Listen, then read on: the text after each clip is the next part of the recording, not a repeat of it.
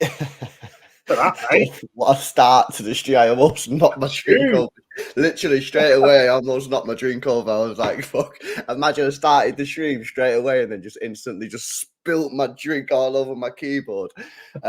Yes, guys, how we doing, man? Welcome into tonight's stream. Listen, guys, it's just a proper chilled out stream. We're just going to be having a chat tonight about whatever. You know what I mean? Get your comments in the chat. You want us to speak about something, just fire it in the chat, man. It's a very chilled out, casual stream. Nothing too deep. Make sure you drop a like on the stream. Make sure you are subscribed to the channel as well. And yeah, let's have a look at the poll, man. We did a little poll tonight to see how people are doing, man. We got 69% of people are saying they're doing great, Dan. 22% of people saying they're doing okay. 8% of people say they could be better. And 2% of people saying they're down in the dumps. Which is, listen, we'll try and have a bit of a laugh tonight. We'll try and have a bit of a nice chat for you guys, try and cheer you guys up. But sending love to everyone. Dan, how you doing, man? You good, bro? Mate, loving it. Loving the intro, mate. Honestly, that was absolutely class. Thanks for having me on. Yeah, the tunes are mad, you know. They were brilliant, mate. Brilliant. I look forward to having a good chat with your fans. I do see a few videos, some lively people in here, so looking forward to it. Yeah, nah, you know what it is? You know that band, right? So they're called Mercy Kelly, right? And basically, I was out in where was I out? I was up in Upper Mill, right, which is little village up here, just outside of Manchester. Pretty nice, to be fair. And was in this pub with my mate, and he said, "Oh, LB, you like indie rock type music? There's a band on next door, like after." So I said, "Oh, go on then." You know what I mean? I was already out for the night anyway, so I goes in and they play some tunes, right? And I'm like, "Yo, these guys are fucking sick." You know when you just like just instantly like, "Yo, I'm in on these guys." So ever since then, I like share the stuff on Twitter, I share it on Instagram, and then because I've been to like pretty much all the gigs that they do, I said to him, "Yo, listen, send me like the thing, or I can just probably do it." And I think I did it myself in the end. I just downloaded like his music because none of it's copyrighted, they're unsigned. Oh, So okay. I downloaded his music, I whacked a timer on it, and then obviously now I've got I've got two of them. But the plan is to get all the music with different timers so I can like let the chat know. And the way I see it, bro, is like if I can get one person from my streams listening to their music, that's better for them, innit? And they're a local band, so you got to help support people, innit? They're on Spotify. Yeah, they're on Spotify. Mercy Kelly, they're called. I'll give them a follow now, mate. I'll put them in the list. So I really rate him because you know what it is. I heard Chris Miles was like he come out like about a year ago and he was like, "Oh, like, unsigned artists, unsigned bands, like they're all crap." And I was just like, "What are you talking about, man? Like this guy's like a DJ. He gets paid like millions. I don't know how much he gets paid. I assume he's like very well off anyway." And like, was it Chris Miles? I can't remember who it was. It was one of the big guys on like one of the big radio networks. I was just like, "Yo, there's no need for that, man. These guys are trying to work hard. They don't get paid a lot of money, and they're putting in the work." And like I say, if I can play a song for 3 minutes at the start of a stream and get one person to go and follow them on social media or listen to them on Spotify, then that's it, isn't it? So, but yeah, they're what good, it's all about, mate. It'll stop me. It'll stop me. It'll help my commute to work listening to Steps anyway. So definitely do me a favour, pal. Yeah, no, absolutely. By the way, guys, people wondering, I'm on the Lambs Navy rum tonight. Mate, I can't drink that. I can't drink that. I'm banned from somewhere for projectile vomiting across a window because of that stuff. I can't stomach it. Stomach that stuff. Really? Even with Coke? You can't. Even with Coke. But Spice Rum, I'm in. Spice Rum, I'm saying, but Dark Navy, I'm not a chance. You know what? That's kind of crazy because I'm not a massive fan of the spice. I can have it, but like I don't really like spiced stuff. This is what it is, mate. City United, never to agree. You know this. In anything, drinks, anything. You know what you just mentioned then. By the way, if anyone's having a tea, I'm sorry because I'm going to speak about because Dan spoke about when he'd be sick, so I'm going to speak about when I was sick one time. I don't think I've told this story to Dan. I might have told it to a couple of you guys before, but so yeah, sorry if you're eating your tea, just quickly pause it. I'll go and watch something else for 5 minutes, then come back. But right, so my first ever Champions League away day, right, was Bayern Munich away. Let me go on 11 versus 11, and I'll tell you which one it was. I think it was 2017. Let's have a look. Yeah, it's not going to be long ago, mate. It was twat. Let me try and find. There it is, 2014. It was this game here. This was it. 2014, 1-0. Jerome Boateng, former Manchester City player, scored in the 89th minute, like a proper scruffy volley at the edge of the box as well. I think from what I can remember, I'm pretty sure we got battered the whole time. Yo, big up to Mo. I think he's just raided. Has he just raided us? I don't know, but big up to Mo anyway. If he has raided us, thank you for the raid. If not, big up yourself anyway. But yeah, anyway, that was my first ever Champions League away game, 2014. Yeah, we conceded in the last minute. Anyway, so yeah, crazy situation on the way. I can't remember if it was the day before or the day of the game. I can't really remember, right? But bearing in mind, I was 19, right? So when I tell you this story, I'm not a mature adult. Yeah, I'm not. No. You gotta listen, bro. I'm not a mature adult. I'm basically a child. Yeah, I'm basically a child. I've been in adulthood 2 years, right? Or a year and a half. So anyway, like, you know what it's like. Anyway, you're at the away day, getting absolutely steaming. It's the first away day I've ever been on, like Champions League wise. You're just getting slashed the whole day, like, you know what I mean? It's a mess, and yeah, crazy situation. Me and Jordan, obviously, we used to just sit the extra with. We got split up. I was on after the game. We got split up because he didn't get on the train for some reason. We don't know why he never got on the train, but anyway, I'm on this train and it's like 2 o'clock in the morning or something, 3 o'clock in the morning. I'm absolutely steaming. I don't know what I'm doing. Anyway, I'm pretty sure I fall asleep on this train at like 3 o'clock in the morning. I'm pretty sure I then throw up on this train. I know it's disgusting, by the way. Yeah, I know it's disgusting. This is vile. I throw up on the train.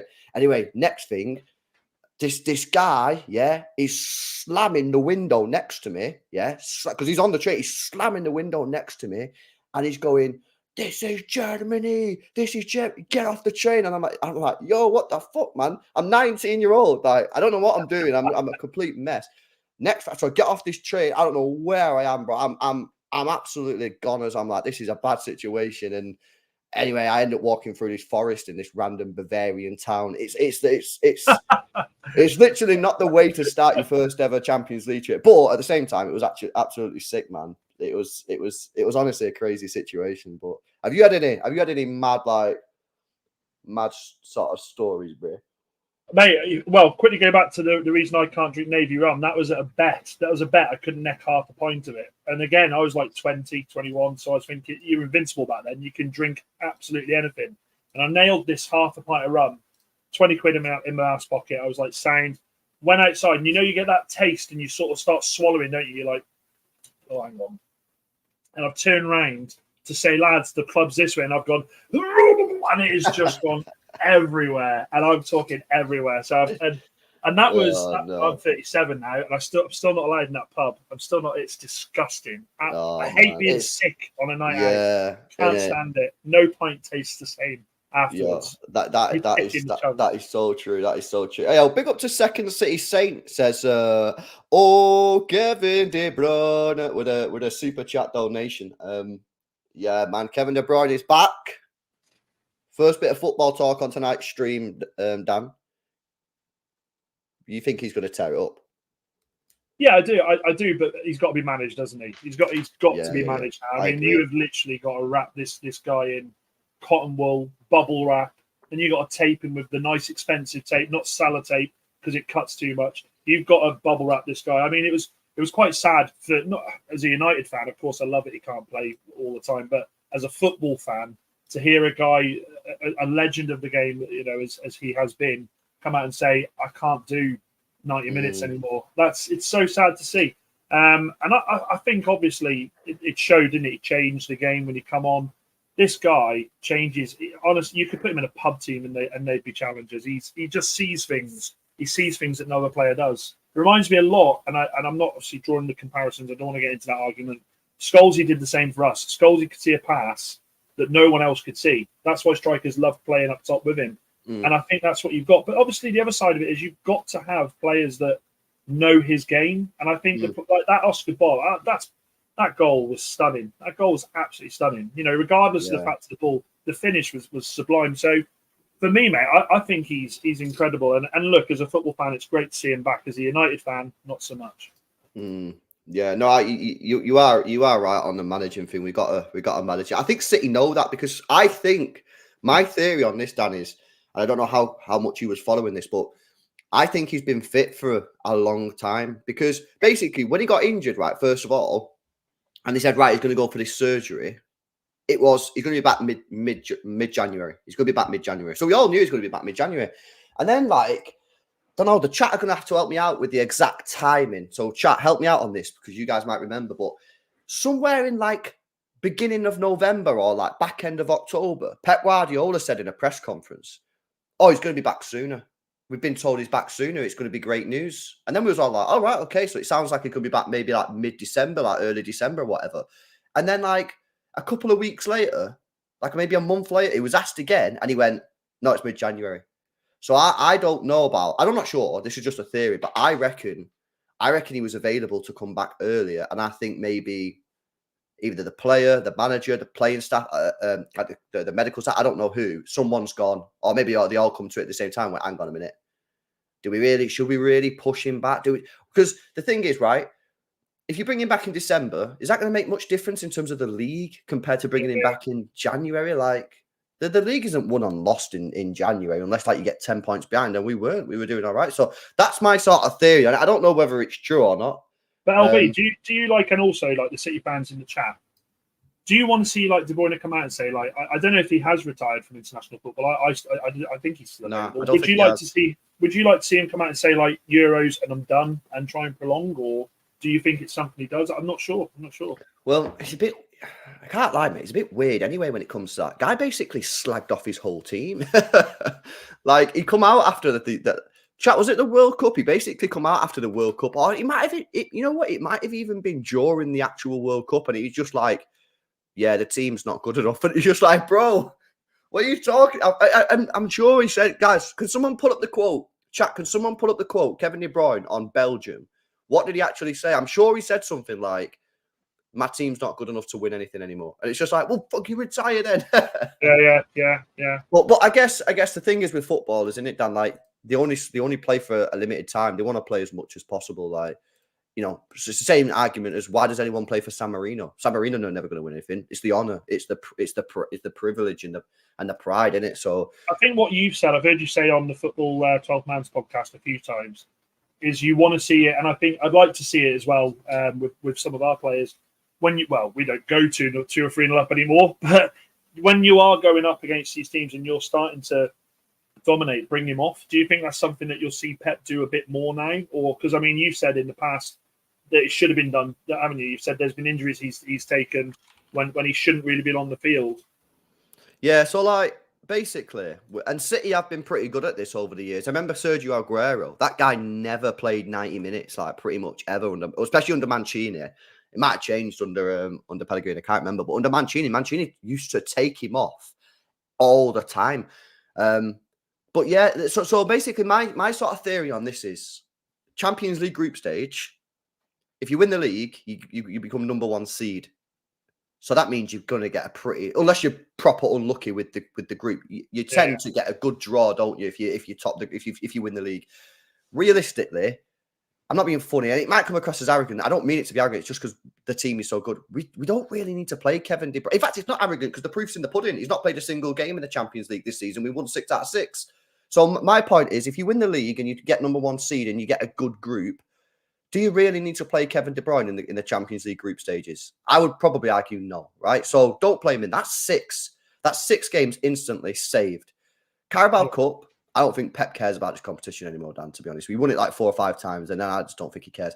So he's not going to play in any of that. FA Cup, unless you get a difficult draw, maybe you want to play him in that, but you might get lucky. It depends on the draw. And then the Premier League, when it comes to the Premier League, you can't play him for 90 minutes. So, for example, let me pull this up on screen, and I can show you an example of where we probably need to change from last year. So look at this game here, 4-0. Bournemouth at home, played 90 minutes. Yeah. Probably can't do that anymore. 6-0. You come off the bench there. That's probably fair. He got took off after 70 minutes, 4-0. Basically, you just need to be getting him off. If the game's done, get him off the pitch. You know what I mean? Like that's the situation. Get him off and maybe a home game against like a Luton or Burnley. Maybe you've got to just. Do you think it's a direct correlation from the fact that footballers over the last 3 years, I think since COVID, the football they've played has been far too much. Do you think this is a backlash of that? What, because we play so much football? Yeah, because I don't recall. I mean, obviously I'm not a City fan, but when he first came through, I don't remember him being out the side that often. Yeah, I mean, let me have a look at. Is there any way that I can find out on here? If I go on stats by competition, yeah, let me see this. This is Premier League only, which isn't the best because obviously there's other competitions as well. But like that was his first year, 2,000 minutes, 2008. I mean, to be honest, he doesn't really play that many minutes. But if you compare it to someone like Rodri, who plays like 3,000 minutes or something, like he does get. Look at that this season, mate. Look at the stat this season: minutes played, 44. Goal and assist. Yeah. You know what's mad about De Bruyne is he's not really kicked a ball really since like May, if you think about it properly. And I thought where he's come back and he looks super fresh, and that again probably backs up my argument that I think he's been fit for a while. I think he's been fit for a while. Big up to LB with a super chat, says Terry been saying City traffic underage players. Yeah, what? There are so many wild accusations coming out at the moment. What's that about? This comes from this. I mean, this happened with Chelsea. Do you remember when Chelsea had all this issue with the Gale? What was his name? Oh God, that young French lad, and they got a transfer ban for it. And they had so much like this thrown at them. You're getting loads at the moment, bro. You're getting so much thrown at the moment. They'll try and pin anything on you. But when the simple fact is, we got to wait. We can all sit here and say, City are going to get this, City are going to get relegation. We don't know. We haven't got a clue. So we can sit and use it as banter, but at the same time, if you Kakuta, that's it. Cheers, Harry. Kakuta, yeah, I remember. Kakuta, we got to wait. We got to wait. It's so far away yet. Yeah. No, I agree. And listen, I had a bit of a pop this morning at people like Gary Neville because he's a pundit, right? Probably the biggest pundit in this country. And I was listening to his overlap podcast, and he said on there, he said, we need to speed up this decision. Can we not give some of the charges now and then some of the charges later? I'm like, bro, do you not understand how this works? Like, how chaotic? That would be so chaotic. Imagine so tomorrow they just release, City not guilty on that. Next week, they're guilty on that. The week after, they're not guilty. Like, imagine how chaotic that would be. Like, this is the biggest pundit in this country, and he genuinely thinks that is something that we should look at. Well, what are you talking about? It's going to take as long as it takes. Due process will be followed, and the outcome is the outcome. Like, it is what it is. Hand on heart, what do you think is going to happen? Hand on heart. Hand on heart, I think we will get not guilty. Whether we get, I've said from day one, if you ask me now, are we guilty or not guilty? Are you guilty or not guilty? No idea, because I don't know what happened. I wasn't there. Right? I have no idea. I'm not one of these people, Dan, to sit here and say, we're definitely innocent or we're definitely guilty. I'd like to think my club is innocent. Of course I would, yeah? Whether we're innocent or guilty, I have no idea. I don't know how these people work. I'm not a billionaire owner who has multiple companies and has the audit. I don't know how it works. I don't know. I'd like to think we're not guilty. Now, if you ask me, what do I think is going to be the outcome? The outcome is I think they're going to get not guilty. Now, that doesn't mean I think we're not guilty. I don't know if we're guilty or not guilty. I have no idea. That's up for the lawyers to sort out, yeah? But the reason I think we're not guilty, and this has been explained super well by people who actually are trying to explain this, i.e. Stefan and some of the guys on the 9320 pod, which is a Manchester City podcast that City fans should listen to. And it's essentially for them to find us guilty, the amount of proof that they're going to have. Because but what it is, Dan, if they say we're guilty, they are accusing our board, our owner. They're potentially accusing, and highly likely accusing board members of Etihad of lying. You're then saying that we managed to con professional auditors like BDO. BDO is an auditor. We managed to convince them that we're telling the truth. Potentially investors, because we was after Sheikh Mansour bought us, some Chinese guys, they invested in us, so we weren't 100% owned by Sheikh Mansour. And then we got some Americans that invested in us as well. So did we lie to them? Yeah, yeah. Like, and it becomes a situation where it sounds improbable and unlikely that all happened. But like I say, as to whether or that did actually happen, I don't have a clue. Now, the club say they have irrefutable evidence, but this is another thing that winds me up. People say, "Oh, we'll just give them the proof." Well, the proof, the onus is on them to prove. They're the ones that are saying we broke the rules. They've got the accusations. They've got to prove it. And I think that's because people always comment on it and say, "Well, if you've got the evidence, just give them the evidence." It's like, no, that's not how it works. They're saying this is what we've done. They need to prove that. It's not the other way around. Otherwise, anyone could just go around and make unfounded accusations and go, "Well, prove it then." That's just not how it works. You know what I mean? But this FFP thing, mate, like. It's just such a mess, isn't it? Like, I just think it's a complete mess. Have you seen that Everton have been charged a second time, and potentially they reckon they might get charged for a third time next year? I don't understand it, and I don't understand how this happens still now. And I think for Everton, do you know something? I love Sean Dyche, by the way. I think he's done a brilliant job there, and I feel like for him, if this gets proven it is right, does he walk?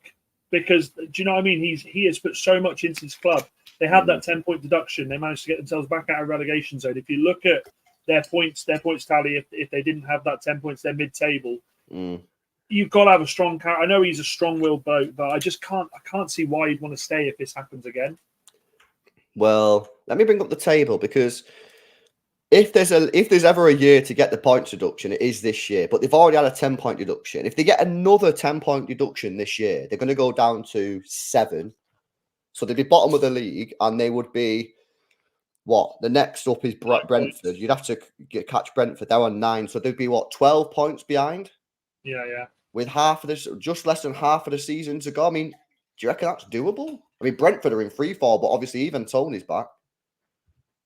I think it is doable. I think, like you say, if the season to happen, it is now because Luton, Burnley, and Sheffield United have come into the league. Yeah, okay, Luton have been that sort of feel-good story. They've fought against teams, but if they're going to do it, it has to be now. Forest, I don't think Forest are safe. I think if Forest get this, I mean they've been in free fall as well. They had the little bounce when Nuno come in, but they've gone back to how they were before. I think Forest could struggle, but I think, as you say, with Brentford struggling as well, Brentford are pretty much relying on Tony to bang them up the table. So I think they'll be okay if they can keep Tony, because obviously, yeah. That interview that he did, saying, if a big club comes, they know what price they got to pay. Come get me. What do you think of that? Because, listen, on one hand, I'm like, football's a short career, as we discussed before with Kevin De Bruyne and stuff but. And I get that he'd want to leave. I get that football's a short career. And listen, if an Arsenal, Chelsea, or United, or whoever, a top club comes in for you, obviously you're going to want to go. But there's got to be a little bit of him that's like, hang on a minute, the team that stood by me. Not that they had much. I also put that not much that they had much option. They had to stand by him. But they're also in free fall and potentially might get relegated. There are a lot of people, a lot of Brentford fans will be sitting there going, come on, mate. At least just give us 6 months. Get us away from this relegation zone. And then, you will be going in the summer. We all know that you're going to leave in the summer. What do you think? I agree. I read it. Well, I watched it, and I was like, this guy's got big chest. He's got a big chest. As you say, obviously, I know they had to stand by him, but they did, and they were fantastic, I think, throughout with him. They offered, you don't see what goes on behind closed doors with football. So the support that they'd have put in place for the guy, they've been there all the way through. And I kind of feel like that is a massive, massive kick in the teeth for any Brentford fan. And I'll be very surprised to see how he fares the rest of the season with this, because he's backing himself basically and saying, look, I'm ready to go to that big club. He's got work to do yet. He's got plenty of work to do, because the other side of it as well is who can actually afford him? Who can actually go out there and put the money on the table and afford him? Bloody hell, no one at the moment. This FFP. I mean, how much has been spent so far? Is there a website that says I don't know? Do you know what I mean? How much has been spent on transfers this January? How much? It's been quiet, hasn't it? It's been quiet. Transfers January? Surely there's a website that tells you. Because last year, right, £780 million was spent in January. Now, that was an anomaly if you looked at the... how much that was Chelsea? Yeah, that's another thing. I think they spent like 300 million of that. So here we go. Let's have a look. Arsenal spent nothing. How much United spent? Asking for a friend. I don't know. So you guys were breaching. You guys are close on FFP apparently as well, isn't it? Yeah. I'm trying to find out how can you. Oh, there you go. Winter transfers only. Here we go. So you've got Tottenham have spent 25 mil, Brentford 4, that's 29, Brighton 3, 32, Luton 1, 33 mil. That's it. United we're over United half are getting outspent by fucking Luton. Yeah, no, you actually are. The days come. Oh, yeah, you actually are being out. Oh, we all are. My club's made a profit. My club's the second biggest profit generated this winter with a £4 million profit. But listen, I can't remember who said it. I was listening. I was either the radio or something, and someone said, to a degree, this FFP thing is working in terms of restricting teams from spending money because this transfer window is effectively closed. Mm. It's effectively a closed window. I mean, listen, there's 11 days left of the window or whatever, and £32 million has been spent. It is effectively a closed window. So to some degree, the FFP thing is working in terms of stopping teams from spending money. Whether that's right, well, that depends on your sort of viewpoint on FFP. You know, to be honest with you, I'm surprised people like Villa haven't gone out there. I'm surprised at that. And also, I mean, obviously, we're seeing rumblings today that West Ham are going to dip their toes, aren't they? They're looking at a few, but I'm surprised a few teams that are pushing haven't tried to do something. But then, as you say, this FFP, I think a lot more clubs are in trouble than they're letting out. I think a lot more clubs. You know what I mean? It's frightening. And the other side of it is Chelsea. I know we always laugh and say, "Oh, they've got," but how are they able to do what they're doing? Well, this is the thing. We don't know if they are because, of course, I think that if they sell Brozier, who I think to come through the academy, if they sell the kid who's captain, Conor Gallagher, yeah, because this is one of the bad things. Spurs have stopped now, haven't they? They pulled out. Well, this is one of the bad because apparently Chelsea are like they're breaching it, yeah. So they need to sell. This is one of the bad things about FFP is that when you get yourself into a bit of a pickle, unfortunately, who are the players that you look to sell? You look to sell the players where all the money that comes in is going to be instant profit, and a lot of them are going to be your academy players. So this is a bit of a sad situation, and obviously that's one of the reasons why Chelsea was so happy to take the 60 million in the summer from Mason Mount, because that's just £60 million pure profit. So that's a bit of a unintended consequence of FFP that you're kind of incentivized to sell academy players when you get yourself into the mud because it's just pure profit. Whereas if you sell someone that's still got money left to pay because our accounting works, it doesn't quite work out like that. Big up to MTS says, after the CAS verdict, I am 99% confident that we are not guilty. Says MTS with the 5-1. Thanks for the support, MTS. Appreciate it.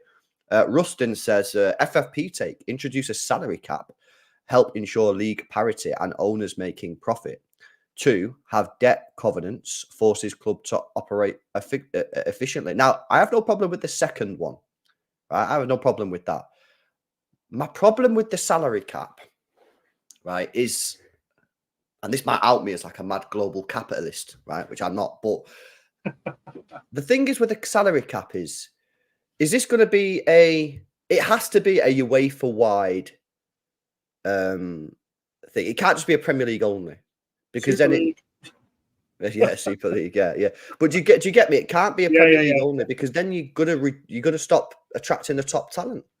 Do you know what I mean? If you say, "Oh, we only have a £300,000 Premier League salary cap," and La Ligas don't have one, well, Haaland's not going to sign for City for 300k. He's going to go to Real Madrid for 500. Same with Mbappe, and we need to be attracting the best talent to the league if you want it to be the best league in the world. So it would have to be a UEFA-wide salary cap. Yeah, I still just feel that, like, at the end of the day, that is, I don't know. I feel like you're penalising the players there. And, like, should the players be the ones that are penalised? They're the ones that are bringing the money in. Because then you say owners making profit. So does that mean the owners can take money out of the football club? Is it better? The question that I have back to you, Rustin, and I'm not attacking you here, just genuine question. So you're saying stop the players earning as much money they are, cap their salaries, owners making profit. But then that money then goes to the shareholders, which is the owners. So my question is, if they want to take out a dividend then, is it better that Sheikh Mansour or any of these billionaire owners are taking out the money at the football club? Or is it better to go to the players? Now, I would personally say, well, you should reduce ticket prices and that's where the money should go. Yeah, but that's never going to happen. That's cloud cuckoo land. So that's just where I'm a bit like, I just don't believe that if you make the profit's going to go to the owner. So what's the point in sending the money to a billionaire owner? It might as well go to the players if it's going to go to anyone. I'll say it should go to the fans. The fans' ticket prices should be cut, but that's never happening. So I don't know. Salary cap. Are you feeling that or? No, I agree with you. I think like exactly like you said, it's something that if it's implemented, it has to go. It has to go around the world because, as you say, the Premier League's it's the most popular league. Everyone wants to play in it, regardless of Ronaldo at 39 thinking players still want to go to Saudi. We'll probably get onto that in a bit. I think that's absolutely hilarious that that's starting to crumble. It has to be worldwide, and also, are the Saudis going to agree with that? They got people on $1 million a week. That's not going to work. Okay, so it can't be a Premier League only thing. If it's a UEFA thing, then we have to accept that we might not see the best players in Europe, but then at least then the Premier League still has the power, just as equal power as the other leagues. We might have to accept then that players will go to Saudi, but the Saudi thing, I personally think the Saudi thing will eventually work. I think there's too much money. Yeah, bro, because I feel that at the end of the day, there's just too much money. There's too much money at play, and I think it'll take a long time. Listen, I don't think it's going to take 2-3 years. I think it could take like a decade or something. But the biggest ones for me for Saudi, it's a good talking point. Wasn't the Ronaldo, wasn't the Benzemas, because this is no real difference to what the MLS has done at times. China, player comes to the end of the career, they want a big payday, they go to the MLS, they go to China. Well, what's Messi got? Hasn't he got shares in Apple? Yeah, exactly. So there's no difference there. No one's kicking off with the MLS saying, you give Messi all these. The big ones for me are the players like Gabri Vega, who was a 21-year-old, big prospect, Celta Vigo, just had, I think he got Celta Vigo Player of the Year. He got La Liga Player of the Month. Think of some of the players that are in that division. He was just about to sign for Napoli, and then the Saudis come and got him, and he signed like a 6-year contract as a 21-year-old, one of the biggest prospects in European football. City were linked with him, and he went to Saudi. They're the ones where I'm like, oh, damn. Now, if you can start doing that over a period of 10 years and getting more and more of the younger players through, that's when the league becomes a serious league. But it's going to take a decade, man. It's not, but I do genuinely believe, Dan, it will work. I just think it will take time because they have too much. These guys have unlimited money, man. Do you know what I mean? They have unlimited money. I think we're seeing the character as well of some of these boys who've gone over there for the big. I mean, Jordan Henderson. That's just the biggest joke. I mean, he's a farce. He's absolutely made himself look a complete twat here, hasn't he? Gone from being Liverpool of captain, made this whole spiel about him going over there to promote this league to help build it. The first chance he gets to leave, he's gone. And I think.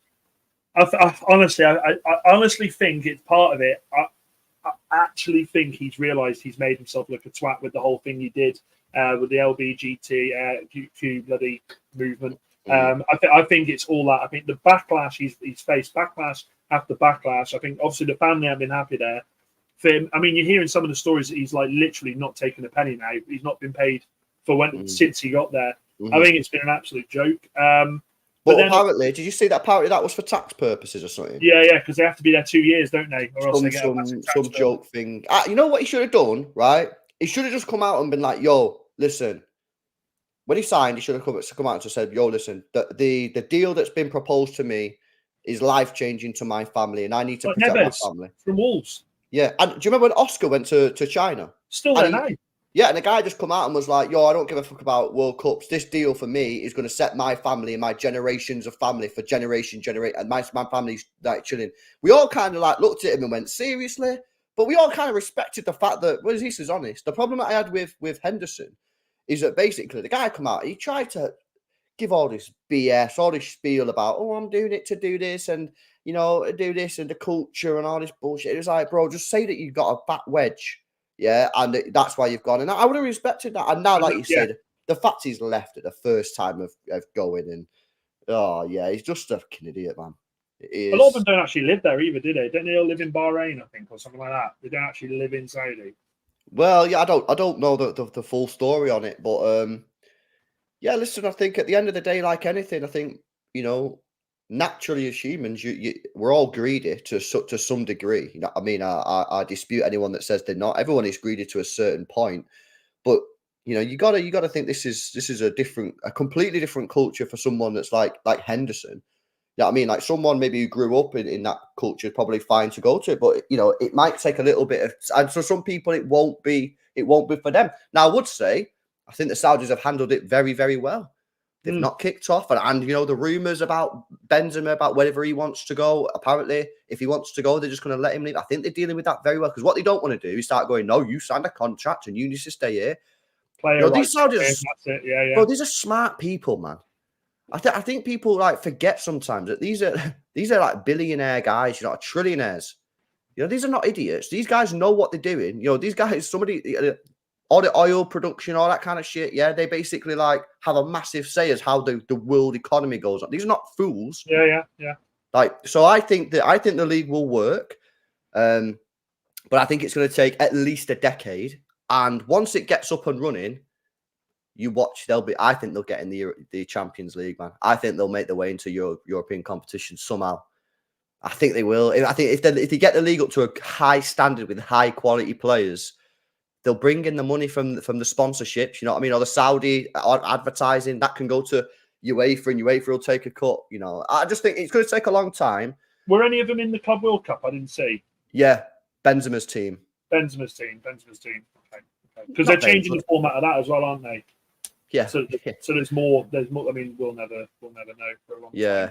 But they're changing the format. So again, that's more, isn't it? That's more, publicifying it and getting people there. I think if they get in the Champions League, then I think you're probably right. Then it could work. But at the moment, just with the way it is at the moment, the way the leagues are, players are vain fuckers, and I think this has been another thing. Playing in front of like 900 people for them, I think they're sat there thinking, hang on a minute, why aren't all these people coming out to watch me? Why aren't they coming to see me play? It's got to be hard, hasn't it? Going from how many fans at Liverpool, 60,000 fans to that. But I agree with you. I think he's an absolute twat. And I honestly, the thing that annoys me the most is because he's gone to Ajax, he will definitely be going to the Euros now. He'll definitely go there. Yeah. He'll definitely be there. I was kind of hoping that maybe Southgate and they pulled out of that one, but he'll be there 100%. Yeah. Well, that's probably the biggest problem England have got at the moment. We'll speak about England in a second. Big up Tinsay, man, for the super chat. Says FFP's like mandating small business to never use dollars from donors. Only what you make when competing with Amazon, when same rules were not there when they started. Look, listen, to some degree, I get it. Yeah, they don't want people to come in, spend £1 billion, get all the wages, and then the owner goes, see you later. Right. But that for me is not really a spending issue. That's about the owner credibility. So you need to do better owner checks. We've seen that Portsmouth teams like that have just completely been rinsed. Yeah. This isn't because they spent too much. It's because the owner decides that, at the end of the day, right, you can be breaking even or making a small loss. So if I could run a football club, and make a small loss, but if tomorrow I decide that I'm not funding that little small loss, the club's screwed because it's making a loss. And for me, any financial restrictions like FFP, which allows you to make a loss, I just, again, don't really see how that's really protecting the club if it allows you to make a loss. So, I'm never changing. My opinion is that when club should have to put a year's worth of operating expenses in an escrow account, they don't have to do it overnight. They have a decade to do it. So they've got plenty of time because like the big super elite clubs like City, United, Arsenal, ours is like 400 million expenses. You give them a decade to do it, and then if one day Sheikh Mansour or your owners go, we're not putting any more money into the club, you've got a year's worth of costs there that you can fund the club with while you find a new owner. That's the best way to do it. Let anyone spend what they want. If you spend more and increase the wage budget, then you have to put more money in this escrow account. That's how I think we should do it. But I don't know, man. It's a difficult one. It is. Big up to Rustin says, correct. UEFA and FIFA and European leagues agree to it. Ideally, it would be scalable based on the TV revenue respective of the leagues. But max, this is about the salary caps. Yeah, salary cap. Sounds like Rustin's going to be doing it. Got the ideas. Yeah, I know. Well, I don't know if that NBA basketball. I wonder if they've got it in there because he seems to know a lot about it. So maybe they've got it in. Someone put in the chat about it. I'm not really clear. Yeah, I don't know, Rustin. Is there anything in American sports like this? Because you keep speaking about it, so I imagine that it's come from somewhere. Or is it just like an idea that you've got? He says ideally it would be scalable based on TV revenues of the respective leagues, but max thresholds in place enhances competition, which only benefits all. Says Rustin.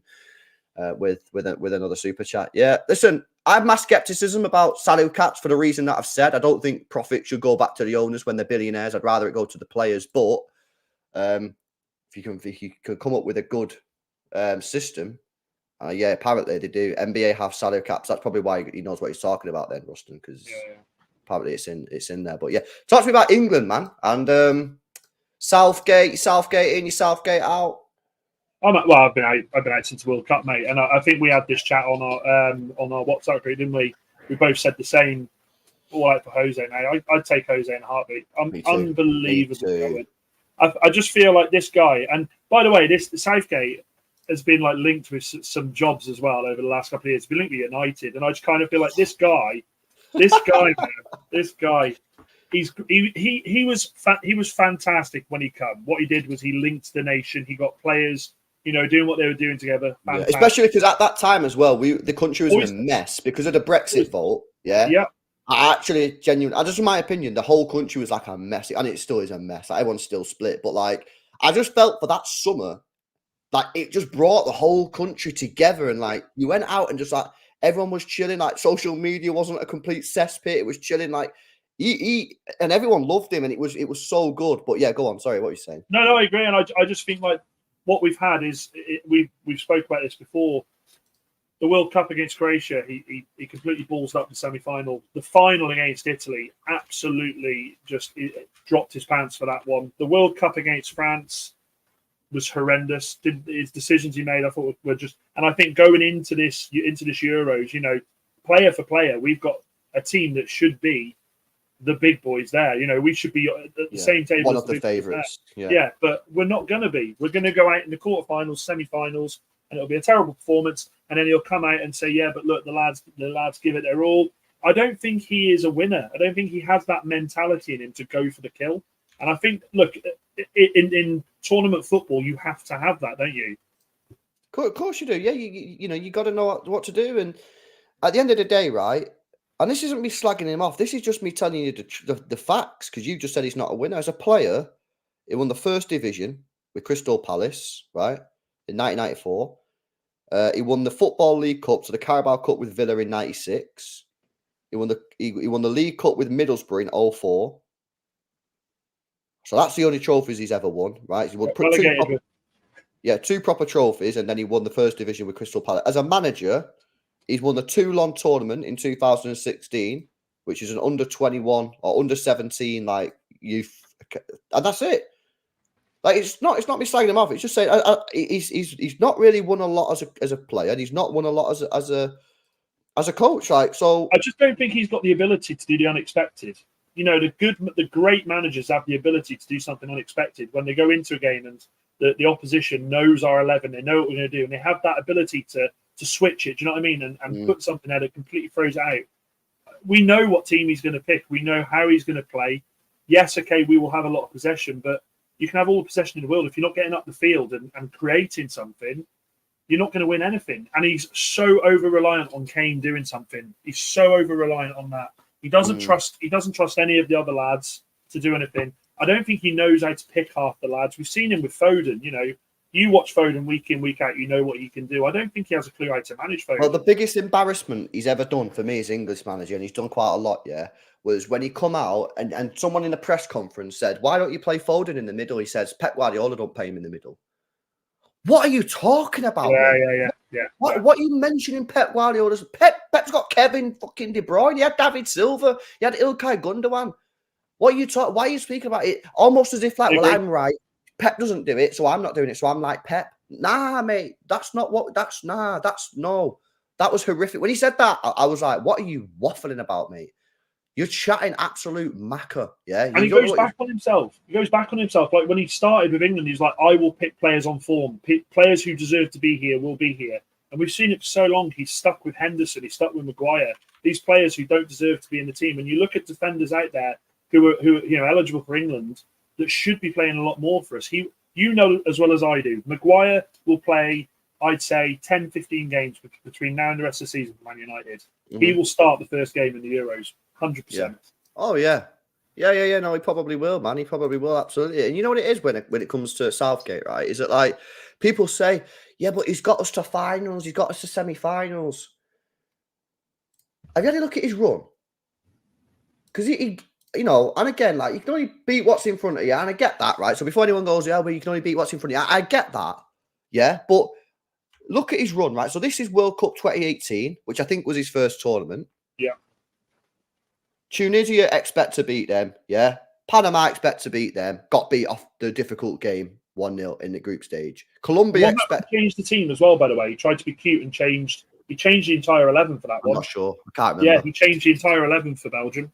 I can't remember. But I expect to beat Colombia. I expect to beat Sweden. Croatia, tough game, loss. Belgium, tough game, loss. So he beat everyone that we expected to beat, and the 3 that we expected to be a tough game, he lost all 3. Right, go to the next tournament, yeah? I think this is the one where we play Germany and actually get a W. So I will give him credit for that. You know, I'm not shameless. Beat Croatia, which is decent. Obviously, they are raging as well, I would say at that point. Drew against Scotland, beat Czech Republic, beat Germany. Germany weren't good in this tournament, by the way. Yeah, they got knocked. But I will give them the credit. I'm not sitting and be shameless. I'll give them the credit. Gets to the tough game, we lose. And by the way, that was an absolute shambolic final. A shambolic. We went 1-0 up, and we didn't have a second shot on target. Yeah, we should have done. Should have gone for it. 1-0 up, they were completely on the ropes, but they were shell shocked. So then we go, and this is what I'm talking about, going for the kill. Being a manager that goes for the kill. And he just went, oh, that's it now. We'll shut up shop. We'll just absorb and try and hit him on the counter. Bro, and this was the last tournament. Iran expect to beat them. USA drew. Wales expect to beat them. Expect to beat Senegal. Lose against France. Right. My point is that maybe you could give him a slight bit of leniency here because he did beat Germany on the way through. So I'll give him like fair dues there. But Germany weren't good, yeah? Germany weren't good in that. But I'll give him the credit. I'm happy to give him the credit. I'll give him that one if you want.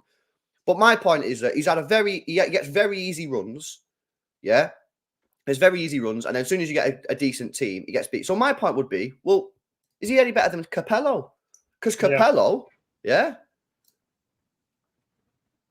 he did the same. He got us out the group stage, got us to Germany, got us beat.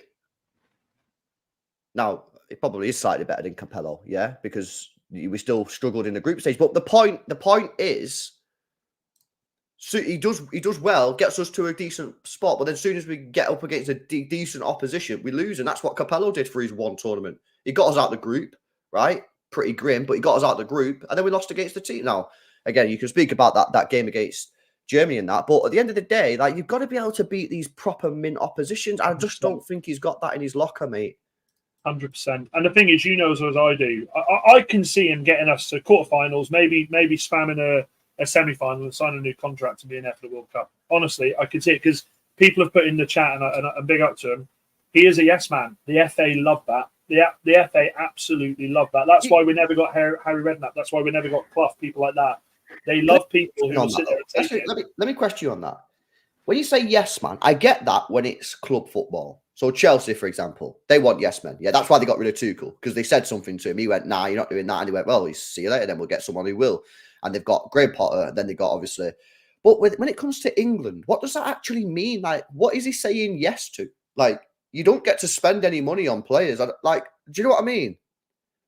I agree, but I also think it's the way he portrays himself with the media. I get what you're saying. Yes, man isn't necessarily saying yes, but for a long time, I still believe that with England, that I don't think managers are told who to pick, but I do think they are swayed by the FA. I do, and I think the only thing he's done for me that makes me go, wow, okay, was when he come out and publicly backed Tony before the ban. Remember that? Then he come out, he said, no, we should be back, and I thought, wow, I wasn't expecting that. But I kind of feel like he doesn't have the balls. He doesn't have the grain to say with the selections, I'm not picking this player. I'm not picking this player. He just sticks with the same tried, tested formation, same squad week in, week out. Yeah, I agree. And listen, the best test that I can do for Southgate, right? Genuine question. When Klopp goes, will Liverpool fans want him? 100%. No. When Pep Guardiola goes, will City fans want him? I can tell you. So. I can tell you now, mate. Absolutely not. Aston Villa, no. Arsenal, no. Spurs, no. West Ham, no. United, no. Brighton, no. Chelsea, no. Newcastle, no. Sorry, guys, but we're going to continue. Wolves, probably not. I don't think he suits the style at Bournemouth because they want to play attacking football. Fulham, that's the way that they're going with Marco Silva, so I'd say not. I get down to someone like Crystal Palace and go, you know what? They might actually take, not the fans, maybe the fans won't want him, but I think the club would probably go for him. Yeah, and he's ex-Palace as well, isn't he? Exactly. You have to go down, for me, all the way to 14th spot in the league for someone to actually say, we'll probably take you. That and again, it sounds harsh, but like it's just what I think. But who would you? So okay. I mean, looking at the pool available now, we've said Jose, but who else would you put in the same bracket as being available that you would take for England? So for me, you've got to decide what you want to do. First of all, do you want to go English, or do you want to go not English? Yeah. So for me, I don't really care if they're English or not. Me too. I literally don't care. You know what I mean? So if you do, because there are some people out there who want it to be an English manager, and I get it, English team, English coach, like it's what it is. But like, if you do that, you've got to accept that you're probably not going to win anything, because the only options you've got is Graham Potter and Eddie Howe, realistically. Yeah. Yeah. Now you're going to play. What I would do if you're going to go down that route, you got to play good football. Yeah. So you can't get like a Sean Dyche in, right, or someone like that. Is Sean Dyche even English? I don't know. Yeah. Is he English? Yeah, he's so. He's from the heartlands, man. No, but like if you're going to go down English route, you got to get like a Graham Potter and Eddie Howe, and you've got to say you're here to play good football, but you've also got to accept as a fan, right? We're going to see some good football, but we're probably not going to win anything. If you go non-English, then you want a winner. Yeah. So for me, you've got to get an Ancelotti, you've got to get a Mourinho, Mancini in the chat from Canyo, Fairs. You got to get someone who's a winner, someone who's won stuff, that the players are going to sit there and say, yeah, we can win. Because that's probably one of the problems in the Italy game. When he's giving his half-time team talk and the players are sat there in the dressing room, they're probably all looking at him going, I don't think you've got what it takes to tell me what to do in the second half. Whereas imagine if that was Mourinho. Mourinho stood there and said, I've won a Champions League with Porto. I beat, Bayern Munich in the final, one of the most dominant teams with Inter Milan. We was the underdogs in both. I got the 15 goals conceded Premier League with Chelsea. Put your trust in me, and I will get you to win. And I think the players will sit there and go, yeah, man, I'm going to listen to what this guy's saying, and he's going to take us to. I just don't think they do that with Southgate. And it's completely understandable. I kind of feel like that half time, he probably turned around and said, look, lads, whatever happens tonight, you're heroes. Yeah. You're heroes. Whatever happens tonight, don't worry about it. You've won the nation's hearts, and you don't want that. No England fan wanted that. I mean, I was devastated when we lost that final, because I thought, I'd never, ever thought I'd see England in a major final. I never thought in my lifetime, because we've always been so inconsistent. But yeah, that hurt. That absolutely hurt. And you know what? I don't know if you remember, Grealish had a bit of a nibble at him, because when he asked about the penalty takers, someone in the chat might be able to tell, sort of said something about players not being up for it, and Grealish was one of them was mentioned, and Grealish came out and said, whoa. My hand was straight. I would have took a penalty 100%. 100%. Yeah, because he done that stupid thing, which I really don't like managers doing, where they put on subs for 2 minutes and then say you're taking a penalty in a high pressure game. I just think that is so dumb. I really don't think that's... Keepers. It's different with keepers, because keepers, they've got so much coaching on penalties, on where they're going, aren't they? Well, there's no real pressure on keepers, bro, because like, at the end of the day, the keeper's not expected to make the save. You know what I mean? Like, they can only dive in one area. So I could dive bottom left. So I can put, as a striker, I could put the ball top left, middle, top right, bottom right. Like, there's so many, the odds are against the goalkeeper. So, if it doesn't come off, you go, well, it's what it is. If it comes off, you're a hero. With strikers, or like people who are taking the pens, I just do not think that is the way to go at all. Big up to CB, says football is not fair. The bigger teams will always pay way more than smaller teams. It says salary caps work here because teams are required to spend a similar amount, says CB. So again, maybe it's worth us looking into like American caps then, Dan, because a lot of the Americans in the chat are saying, like, should we take the original MLS penalties as well? Penalty shootouts. Have you seen them? Yeah, I've seen them. Yeah, I'd love that. I'd fucking love that. Yeah, I've seen it. Absolutely love that. Yeah, I might have to take a look into that, CB, because you and Rustin have been speaking about it. Big up Tinsay says the donors are the owners of small business, and the government says they can't invest, only spend what you make. But now elite clubs grew with no such rules. Yeah, well, again, this is one of the problems with the restrictions is all these clubs, Man United, Liverpool, Arsenal, City now to a certain degree, because obviously we're up there. We've all managed to grow. And obviously City have done it with FFP, but especially the other clubs have grown without the restrictions.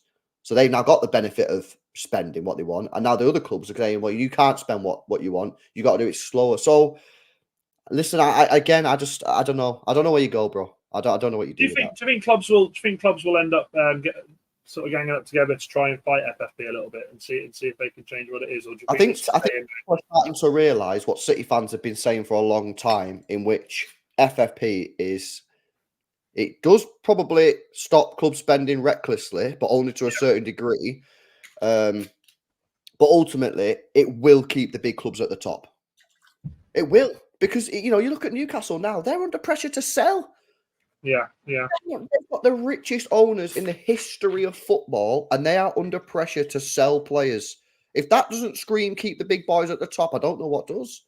Aston Villa might be in a similar position. I don't know what their finances are like, but I don't know. It needs. Well, they are changing it. They are changing the rules. They're changing the rules this summer to be more aligned with UEFA, which is it's called squad cost ratio, which effectively means you can only spend a certain percentage of your turnover, your revenue, on wages, agent fees, transfers, amortized, of course. And you're also going to be allowed to fund more. So you effectively, by fund more, I mean the owner can put more money into the business, right? So directly fund the club, and therefore you're allowed to lose a greater amount, but the owner is allowed to fund more. So I think that is, and I said this on the stream yesterday or a couple of days ago, I think the new rules that are going to come in, once people get their head around it, and I think City fans are going to be very skeptical, and I understand why, because we don't like this type of stuff.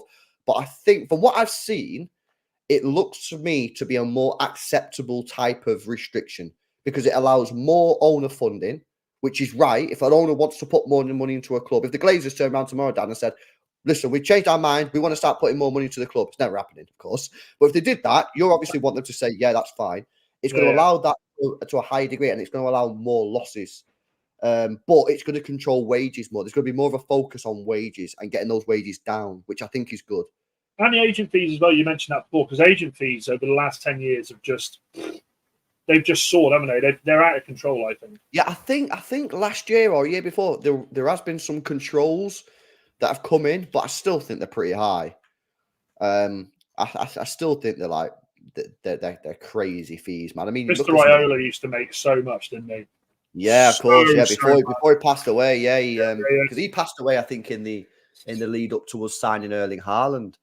I'm pretty sure I think he passed away in like March or something like that. But yeah, like him, that Kia Jubarican guy who owned Tevez and all that. I mean, you have to look at these guys. They all live in like Singapore on the yachts, or in like Dubai or something, or and Monaco, of course. Like, there's a lot of money. There's a lot of money into it. But yeah, that sort of stuff. So I think the way it's going to change, I think it's better than what it is. Is it perfect? No, I don't know if there's ever going to be a perfect solution. And by the way, I kind of agree to a certain point, Dan. And again, some City fans might not like this, but I kind of agree to a certain point that there should be some sort of cap on how much you spend. I don't think you should be I don't think you should be able to come in and spend £1 billion in 18 months like Chelsea have done. I don't think you should be allowed to do that. Now, I don't know what my limit is, because I've not really deeped it that much. But I don't think you should be able to spend £1 billion in 18 months. I just don't think that's right. Now, what that is for me is would you say, well, LB, is 750 all right? I don't know. I've not thought about it, but I don't think you should be able to spend £1 billion in 18 months. I don't think that's right. What do you think will come of them? I mean, we touched on it before. I mean, what do you think this will be a massive? It's just one day we wake up and bang, Chelsea are going to be absolutely battered here. There's got to be some thinking here. I know they tried to elongate the contracts. Then FIFA changed that, didn't they, and said you can't have contracts over 8.5 years. What do you think will actually happen with that? So the Chelsea thing. Okay, so quite interesting. So again, listening to sort of what Stefan has said. And by the way, have you got Twitter, by the way? Yeah. Because I did a tweet before. I don't know. Do I follow you on Twitter? What's your Twitter? think you do, mate. Hang on, I'm on there now. Shall I DM you, Hun? Yeah, DM me, Hun. Yeah, no, on Stefan, who you should follow on Twitter, who's quite good on this. He basically sort of said, again, I don't want to like speak for him, but I'm pretty sure this is what he said, that like he thought that effectively Chelsea was spending the money and they'd kind of accept that they would breach it, but they thought they were going to receive a fine potentially, and just thought, well, if we get a 10 million quid fine, a 15 million quid fine, who gives a fuck? Like it's worth it. He called it cost of business. So you get the players in, but you get the fine, you just take it on the head.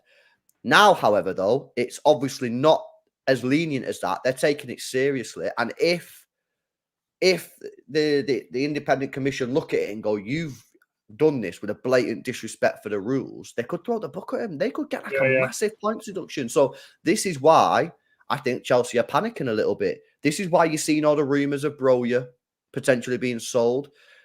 This is why you're seeing the rumours of Conor Gallagher being sold. Because they need to get obviously the straight profit, which you get from academy players.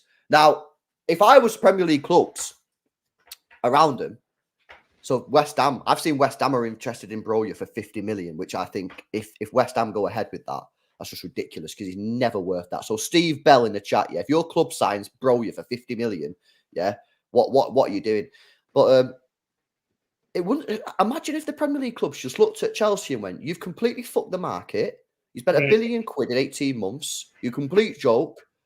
And they just all made sort of like a committee and said, no one buy any players from Chelsea. Then they could be. Don't tell me that doesn't happen. Don't tell me that does, because there are clubs that band together. Oh, the Red Three. Your boys were included in that for the FFP. The Red Three that I'm calling them now. Yeah, the Red Cartel. But, yeah, they could be in trouble, man. Now, again, like, in a weird way, if they finish outside the Champions League or any European places this year, and they get a 20-point deduction next season or whatever, or even this season, they'll probably take it. Because it's like, well, we didn't get European trophies anyway, and then they start going forward. So, I don't know, man. I think the Chelsea one's a really, really interesting one because although I think Forest have been reckless and Everton have been reckless, did they do it? Did they breach the rules with a blatant disregard for the rules? I don't. Brand, didn't they? They did it to.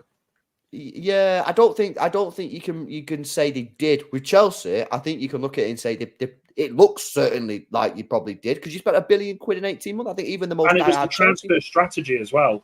Yeah. Oh, so Arsenal are bidding this for them. Let's just go in 20 million, 30 million more, blow them out of the water. You know, some of the signings they made, the players were never ever anywhere near the valuation of that. It was horrendous. I mean, some of their transfers, bro, have been absolutely horrific, man. Horrific. Like, they're just not worth the money that they spent. Let me pull up Chelsea's transfers, man. I want to know from you because I don't think I'd take any of their players. Yeah. Well, let me. You haven't seen our squad, mate. I know, but that's why I think it'll be interesting if we go through. Like, for example, both of our teams, so we can have a look. So let's start off this season. So, to be fair, yeah, I'd probably take Caicedo. Yeah. I don't take him at 115 million quid. But I'd probably take Caicedo at City because we need a backup DM. Yeah, you take Caicedo at United. 100%, 100%. This could be quite different, guys. Because I don't think I'm going to take a lot of players, but Dad might take quite a few. Lavia, I'd probably take him as a backup. I would, but not for the price. I wouldn't pay 62 million for him. But then saying that we paid it for Højlund, so we probably would have. Yeah, I think yes, but not for the price is something that you're going to say quite a lot on this. Nkunku, to be fair, he's pretty sick. And 60 mil is actually, to be fair, it's actually not a bad price, really, in this day and age. It's his injury problems, though, for me, LB. He's suffered the last couple of years, hasn't he? I don't know. Let's have a look. He ripped us apart one year. He scored a hat-trick against us. Let's have a look at his injury record. So how old is he? 26. So he's had hip injury out for a month, fitness out for over a month, knee injury out for 3 months, over 3 months. Muscle fibre, yeah. I mean, he's not had a lot, but they're all quite lengthy. Other than these three, aren't they? Yeah. They're lengthy. So, but I would take him, or certainly be interested in him. And I guess, and again, the price. To be fair, that's actually one that the price ain't even that bad. Yeah. Palmer, no, you wouldn't take him. No, Over Anthony? You wouldn't take him over Anthony. Sure, bro. You'd take him over Anthony. I wouldn't take him. What? Talk to me, man. What do you mean you wouldn't take him? No, oh God, I just kind of feel I kind of feel like going to Chelsea. I get he's having a decent-ish season, but I just kind of feel like he may. Do you know what? Right, for me, the biggest needle for me is when Pep lets a player like that go. That says to me there's something there. There's ability's great, but there's something there. Pep doesn't sell players unless he wants to keep them. Unless I hear that. The only thing that I would say with that is, and you might be right, and I don't know, but I also have a feeling that I don't think City wanted him to leave, but I think that he wanted to go on loan, as he said, and then City said, "You're not going on loan. You're either staying or you're being sold, or we don't want you to on loan." And I think then City got a sniff that Chelsea wanted him for 45 million, and I think when that came in, and then we had Oscar Bob coming through as well, I just think City went, "Let's get this guy out the door." Can I 45 put million. something out? Yeah. Carnivore. I'm not saying I rate Anthony better than him. Just don't even go there with Anthony. LB knows my thoughts on Anthony. I cannot stand him. Yeah. Okay. Interesting, that one. I think. I'm quite surprised at that. But and let's be honest, it's going to be an impossible transfer anyway, isn't it? There's no way Cole Palmer go to United. Well, as a United fan, he probably would take the move. Maybe. Would you sell to United? Not a chance. No chance. I think they might have sold him for 40 million, 50 million. Bro, he played 9 minutes right wing last year. His best position. 9. Pep clearly didn't rate him that highly. Because he only played 9 minutes. Anyway, we'll move on to that one. Disassi, you taking him? I ain't taking him. No, I don't know. No. You ain't taking him. Not even over Højlund. I know he scored more goals than Højlund, but you ain't taking him, are you? It's not just that, but I mean, Jackson. I don't see Jackson as a striker anyway. I think the build of him. I'd love to see him coming out from wide, but no, I wouldn't take him. No. Sanchez, yes, 100%. Genuinely, are you being genuine? Yeah, of course I would. Are you being serious? Are you actually being serious? Yeah, I am, mate. I've had to withstand Onana all fucking season. And did you see him tonight? Did you see him tonight for Cameroon? No, what did he do? Oh, mistake. Yeah, Marley. Oh, Nana, what's my name? Oh, Nana, what's my name? Listen. Awful, mate. Awful. Honestly, oh, Christ. Serious. I've not seen it, man. What? He was at fault for a goal? Yeah, well, he definitely could have saved it. And then there's this one moment where Cameroon are taking a free kick the other end of the pitch. He runs the complete length to say, "Oh yeah, you need to." And they completely fluff the free kick. I'd definitely take Sanchez. Okay, that's fair. I think the price is high, but okay. We paid 55 million for fucking Onana. Okay, yeah, fair. That's fair. The price, yeah, okay, that's fair. The price is low. Not seen much of this guy. Not seen much of that guy. Not seen much of that guy. Not seen much of that guy. I like Hall. I like Lewis Hall. Are these sales? Are these sales?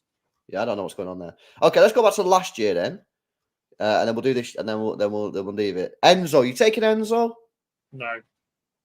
No, that's pretty mad considering he cost 121 million and United fans say you wouldn't take him. That's crazy, really. But at the same time, I kind of feel like do you know what? This is the same conversation as I had with you guys about Højlund. Enzo in a different team. Enzo in a different team. Does he become a baller? I say this with Højlund. Højlund, if he's in a Chelsea, a City side, a Liverpool side, an Arsenal side, scores goals. So do you blame a lot of it on Enzo sort of regressing a little bit because of the team he's in? So it's tough. Enzo before, do you know what? Let's take away Enzo being at Chelsea. Yeah, I would take him, but not for the price. Not for the price. You know what's funny about Enzo, right? We did a watch along when he played at River Plate, and then I watched another game. So I've seen 2 games when he was at River Plate. The best football I've ever seen him at River Plate. Even in the World Cup, I didn't think he was that great in the World Cup. I don't think he was bad, but I don't think he really had to do a lot in the World Cup at Qatar. Like, I just felt like, I'm not saying he had it easy or anything, but I just felt like, the Argentina midfield was pretty good. They had who else did they have? I think they had McAllister. They had another guy in there who was running around a lot, DePaul or something. I think Alvarez cooked, Messi cooked. Like, they were so good. I don't really think that he had that much to do. The best football I've actually seen him play, and granted, caveat, it's only 2 games, was actually at River Plate. But yeah, I agree. The money that they spent on him is ridiculous. This guy, listen, I know he's played for Leicester in the Prem and that. I don't even remember this guy kicking a ball, man. And he spent 80 million on him. Like his injury record is just horrific, bro. Yeah, I agree. I mean, if he's fit, maybe you take him because your defense kind of you could do with him. Although to be fair, you got Varane, Martinez. Was that a I'm trying to think. Was that a Thomas Tuchel signing? Just before he left, wasn't it? 23. Yeah, maybe. Yeah, I think it was that summer, wasn't it? Chased him all summer, didn't he? Yeah, I think it was. Yeah, Mudryk. Well, no, but we have got Anthony. I think he's probably a little bit better than him. But Yeah. no. Cucurella. We could have had him, but we chose Reguilon on loan. Oh dear, shocker. Sterling. No, obviously that wouldn't have happened. To be fair, that would never have happened. Badia Sheila. I don't rate him either. We were linked with him for a long time before Chelsea, but again, we didn't go in for him. Nah, I don't think he's that great. Koulibaly, I called it with Koulibaly. I called it the second they signed him, and they said we've got the guy here. Too late in his career to come. I mean, you know Thiago what? Silva is an enigma, by the way. So Thiago Silva's different, but Yeah, he's great. You know what, bro? I got it completely wrong. Did you? Yeah, I thought he was going to because I just thought to myself, right, this guy's like old school style defender. Yeah, he's physical, but he's quick. He's not great on the ball. Yeah, he's not great on the ball at all. Like, but he's not like ass. And I just thought, you know what? Proper solid defender.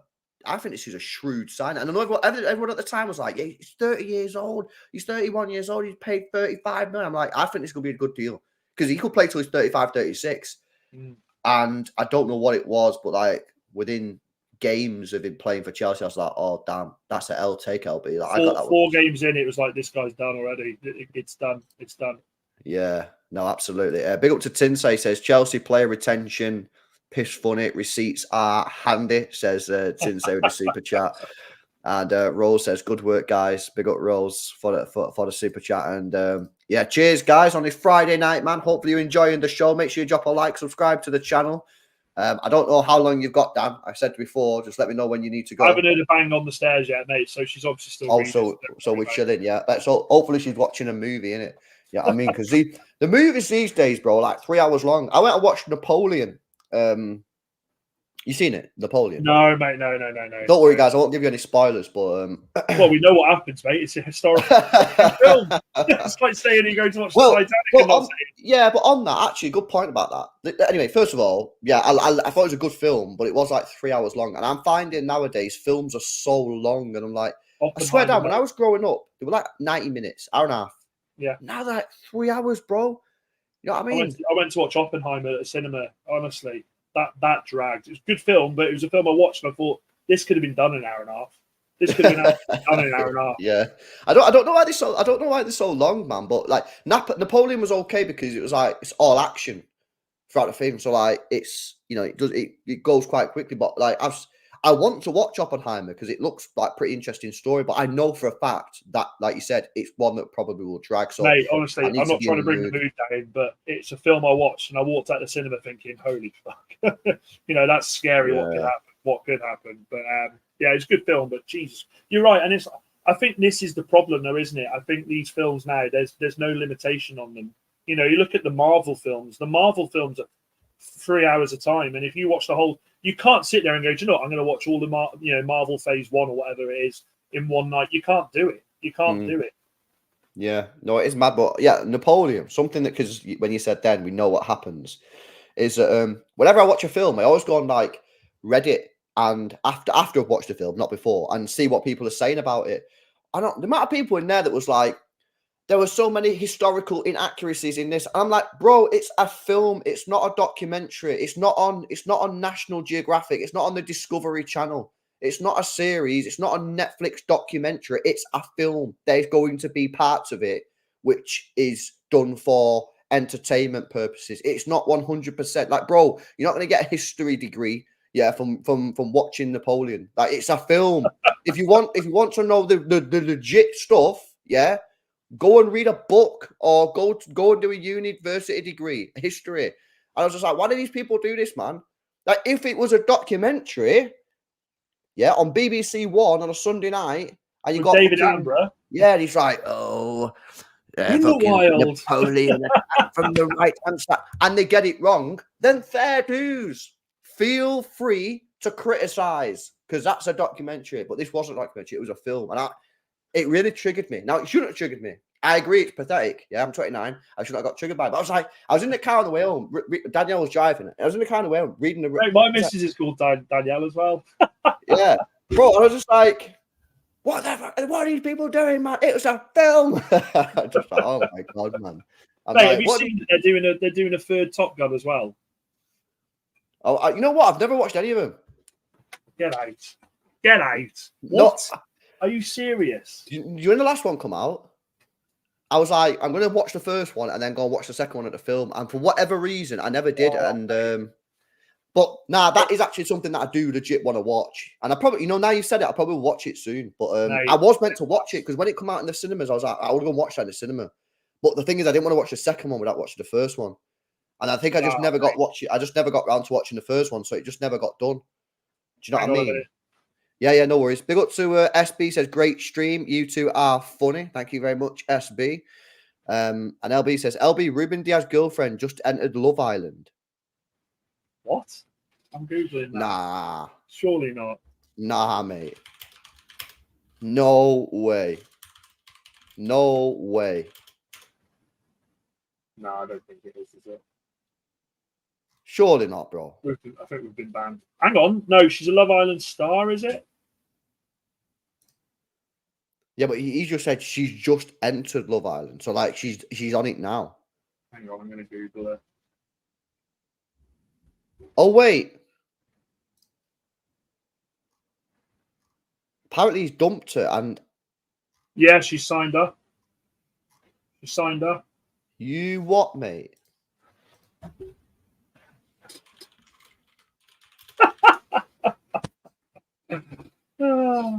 Who's just dropped that in? This fucking guy, LB1998.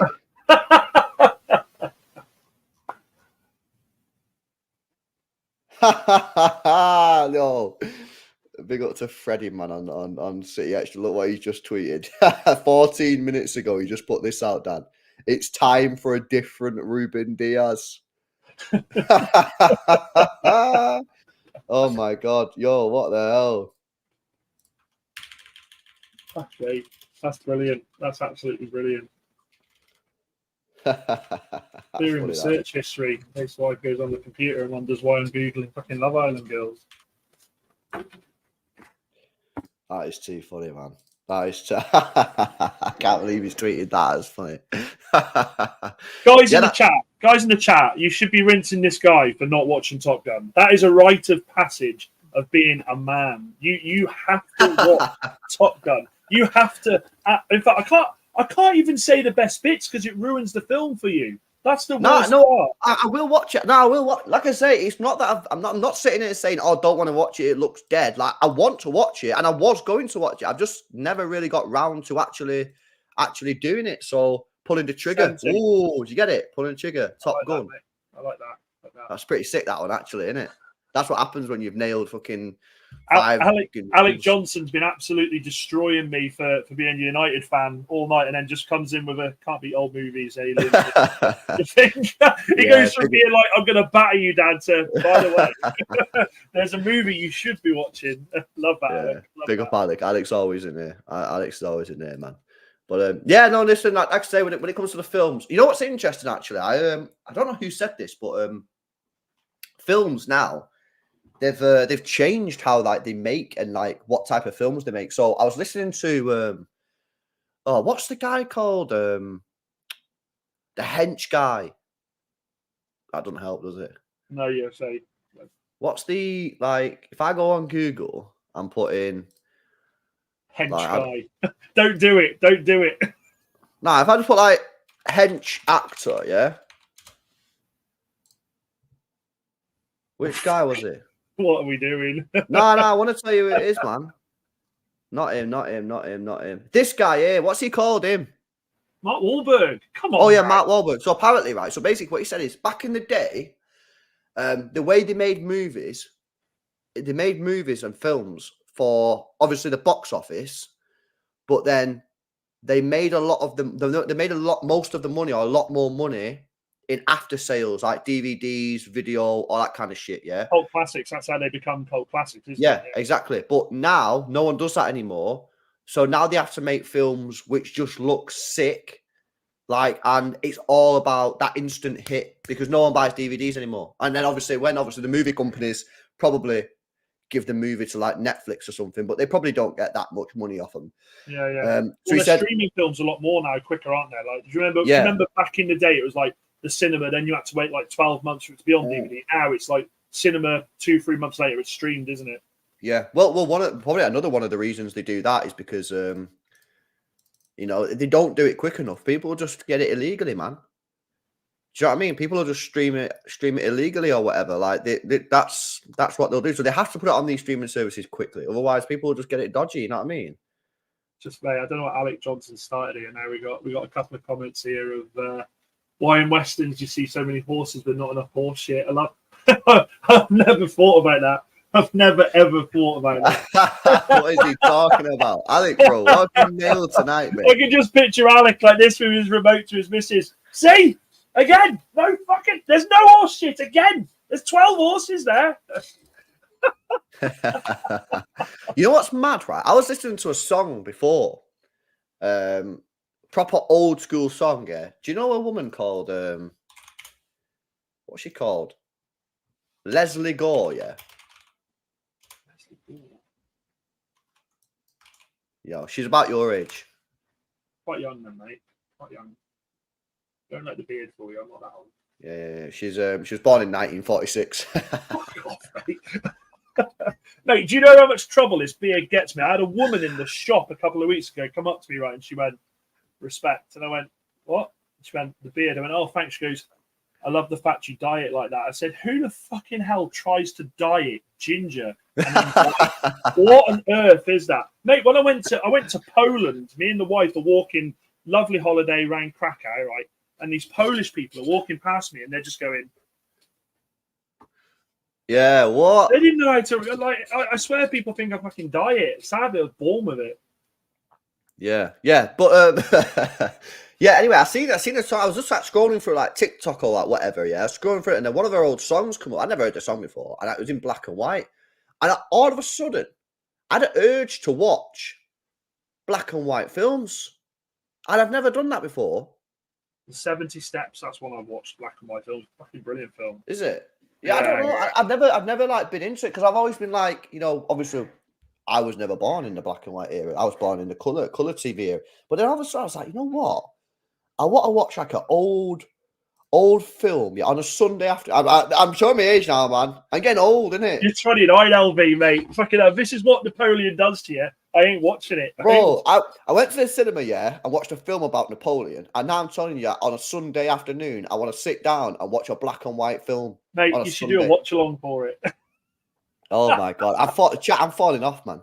Chat, where was you to help me fall off, yeah? Chat, you're meant to keep me on the straight and narrow. And look what I've become. I'm not lying. This is your fault, chat. You should have stopped me from becoming this person. I don't like it. But yeah, no, I had like an urge to watch like a black and white, maybe like an old war film, man. You know what I mean? Because I remember watching like Platoon. That's a great. Have you seen Platoon? That's such a great. That's one of the best war films that I've ever seen because it's like it's real, man. Yeah, when they're in them bushes. Yeah, right at the start of the film when they're in them bushes, and then you just fucking he wakes because obviously he's falling asleep, and he wakes up and he sees the fucking guys at him like with a gun, and he's just like, oh fucking shit, like. That's a madness. What's the one with Christopher Walken and hang on, mate, I've got to Google it. I can't remember what it's called. It is what's it called? I have to find it. Oh, big up to Anakin, by the way, with the super chat. Said, LB, can I have a shout out for my friend Hugh? Of course you can, bro. Big up to Hugh. Well played, well played. Big up to Hugh. Big up to your friend Hugh. Hopefully he's best friend, innit? You know what I mean? Hopefully he's your best friend, bro. But yeah, big up to Hugh, man. Big up Hugh. The Deer Hunter. That, mate, if you want to watch a film that plays with you, The Deer Hunter is an absolute killer, mate. It's fucking quality. The Deer Hunter. Yeah, no, I don't think I've seen that, you know. Wait, what's this? I found it. I put in the Deer Hunter Wikipedia. The Deer Hunter is is American progressive rock band. Come from Rhode Island. What the hell? Should I go on Spotify and see if like they've got any hits? The Deer Hunter. If it's not thrash metal, I'll be gutted. Let's have a look. Ah, well, the biggest song's got 6.2 million streams. How old are they? Are they like old? They're still going. 2005 they were 2005 they started, but they're still going now apparently. And they're two of the songs have got 6.9 million, 4.5 million. So I think they're a decent. I think they're like a decent. They've probably got bare like 3 million, 2 million. I think this is like a legit band. Go follow them, mate. Mate, what are your thoughts on horror? Will you watch a good horror film? Can you watch a good horror film? Talking like proper head fuck in the dark. I just yeah.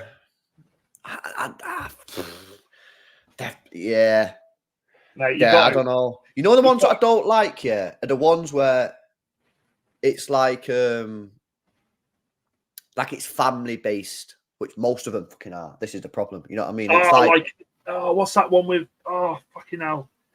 It's not Insidious. It's the one where the oh Christ. Has it got Kevin Bacon or something, or Ethan Hawke or something? That played with my head. That did. It was like one of the kids finds a videotape and it's like of a family murder getting murdered by. Oh yeah, is it the one we finds the video in the loft? Yes. Oh mate, I've seen that one. Nah, switch that off right now. Yeah, that is a grim film. Yeah, like basically anything with like families in it, because what happens is when you're watching it, you start thinking about you in it. And you think, oh right, this is pretty grim. But yeah, and then that song Tiptoe Round the door. Oh my god, bro. Yeah. That is actually. Sinister? I think Frankie's got it. That is grim. That is fully grim. Oh, Conjuring. Conjuring's tame. Ed. Yeah, that is Conjuring. The one good thing about the Conjuring films is it's based on real life things that have happened, isn't it? Like the Ed and James Warren, these ghost hunters. That does play, but it's a bit tame. That is. Yeah, but that's probably why I like them ones. I watch all of them ones. I've been to the cinema to watch them. My wife won't watch any horror films. Like I have to wait till she's either upstairs in bed or she's out at work. I can't watch them with her in the house. She refuses point blank. Have you seen The Cabin in the Woods? Give that a go, mate. That is. I love that film. It pays homage to so many horror movies. It's class. I'm not sure, I don't know if I've seen that one, but how have we gone from FFP to? Yeah, I don't know, but listen, with horror films, they're not on my to-do list. Actually, I go through phases with horror films. Like when I'm watching horror films, I'll watch them for like every weekend, like put another horror film or put another. But then as soon as I'm like out of it, I'm just like, because a lot of them are trash. Yeah. A lot of them are just actually trash films. They're almost kind of funny. You know what I mean? By the end of it, you kind of like, that was pretty funny. You know what I mean? But Blair Witch, Blair Witch was horrendous. I thought it was so crap. It was crap. I got no fear from the Blair Witch. What did Kanye say there? Paranormal Activity. The first two Paranormal Activities were brilliant. I didn't watch the others. No, I watched the third one actually. That was on the VHS one. That was decent. Yeah, and I've seen them ones as well. They're more like. They're not really scary, I would say. They're just more like freaky, a bit weird. Like they're the ones where once you've finished it, like once you watch like Annabelle or something like that, yeah, like the weird dolls or whatever, and that obviously you get the spirits that come and fucking do this. The red, because you've seen the latest one, that Red Door one. No, not seen that. It's basically the same, but them ones, like once you finish, you can walk around your house because it's chill. On the Paranormal Activity ones, they're the ones where like. They're pretty grim when you're walking around your house because obviously you don't watch them. I watch them at night time, yeah. And you watch grim is like when I watch it downstairs. Yeah. And then once I've finished the film and I've got to go upstairs, when I'm walking, my front door is like at the bottom of my stairs with glass pane. So then, like whenever I'm walking up the stairs, I look behind me, I look down the stairs, I look at the door, and I'm like, yo, there's someone stood outside that fucking door, and I'm like. There's someone stood there, man. There's someone. There's not. No one stood there, but I'm absolutely positive there's someone stood outside my front door at like 2:00 in the morning. I'm like, what the fuck is going on? Mate, it's my pets with me. I've got 2 cats, and like Paranormal Activity, watch stuff like that, and it's when the cats will just go, and they're just staring at something on the wall. And I'm like, turn your fucking head, get out, or else you're going out. Get out. It creeps me the fuck up, does. Yeah, I want to know if I can put that tiptoe through the tulips song on, like, because it's so old. Copyright, I think he's finished. Because the copyright thing that you can't copyright songs that are over like 50 years old, and I'm pretty sure it came out in 1929.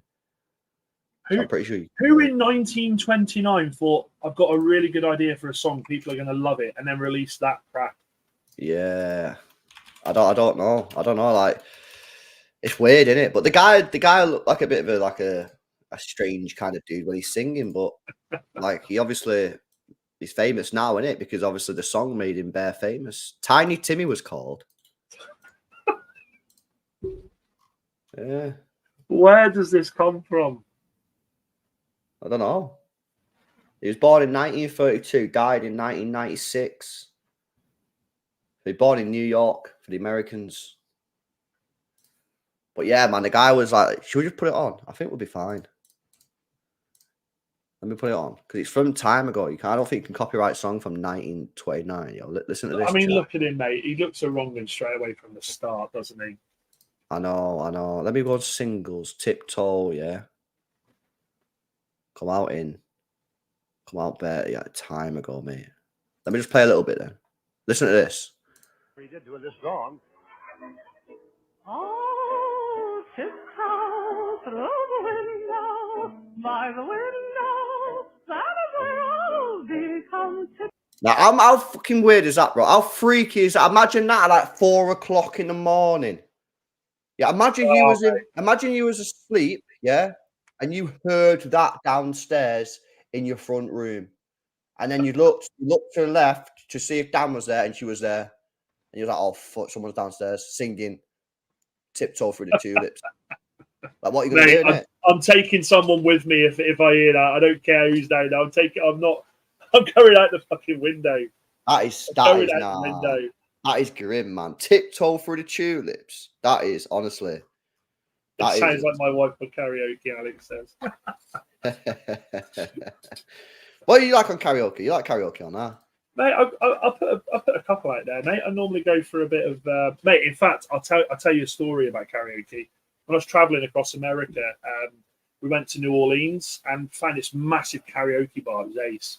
And like I did a bit of U2 with or without you. Got a bit of a cheers, mate. Got a bit of a round of applause. Ace, and I thought I've got them. Right, I'll go for banter next. So I jumped up and sang "Gay Bar" by Electric Six. Do you remember it?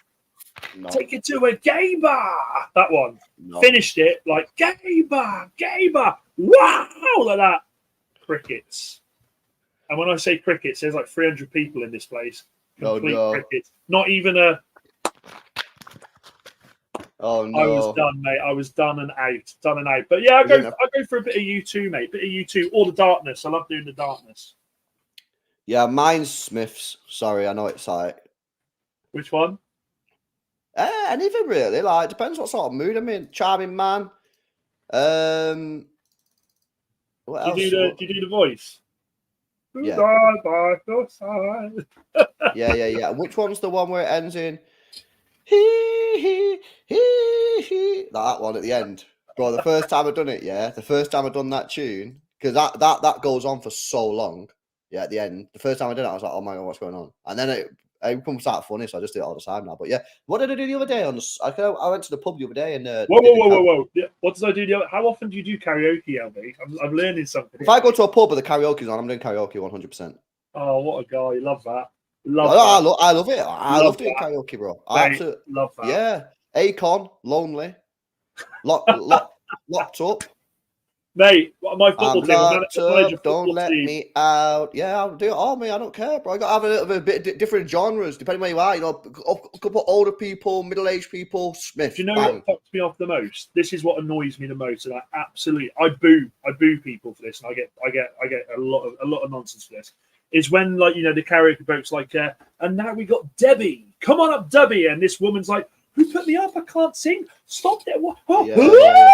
And they're fucking straight in there, and they absolutely nail Whitney Houston. I will always love you. And everyone's like, oh my God. I'm like, fuck off, Debbie. You knew what you were doing. From you knew, man. You was just trying to build it up and pretend like you didn't know what you was doing, but you 100%. Knew. Or when you go to one, you say, I want to sing, I don't know, in Rod Stewart, and they go, you can't sing that song. That's Cliff's song, and he'll be in a minute. Who the fuck's Cliff? Yeah. Why is it this serious, mate? It's not fucking X Factor, bro. Let me sing what I want to sing, innit? I'm here for a good time. I had that in Lanzarote. I went up to the karaoke and I went, I put Robbie Williams up, and the bloke went, you're brave. That's the Robbie Williams tribute act over there. Like, I give a fuck. I'm here on holiday. Yeah. Do you know what I mean? I'm not here to take sales. What are you talking about? Do you know what I mean? It's like, come on now. Bring Heights by Kate Bush. Now, chat, if you've never heard this song yet, it's the most high-pitched song you've ever heard. I'm talking like pre-puberty. Yeah, it's really mad.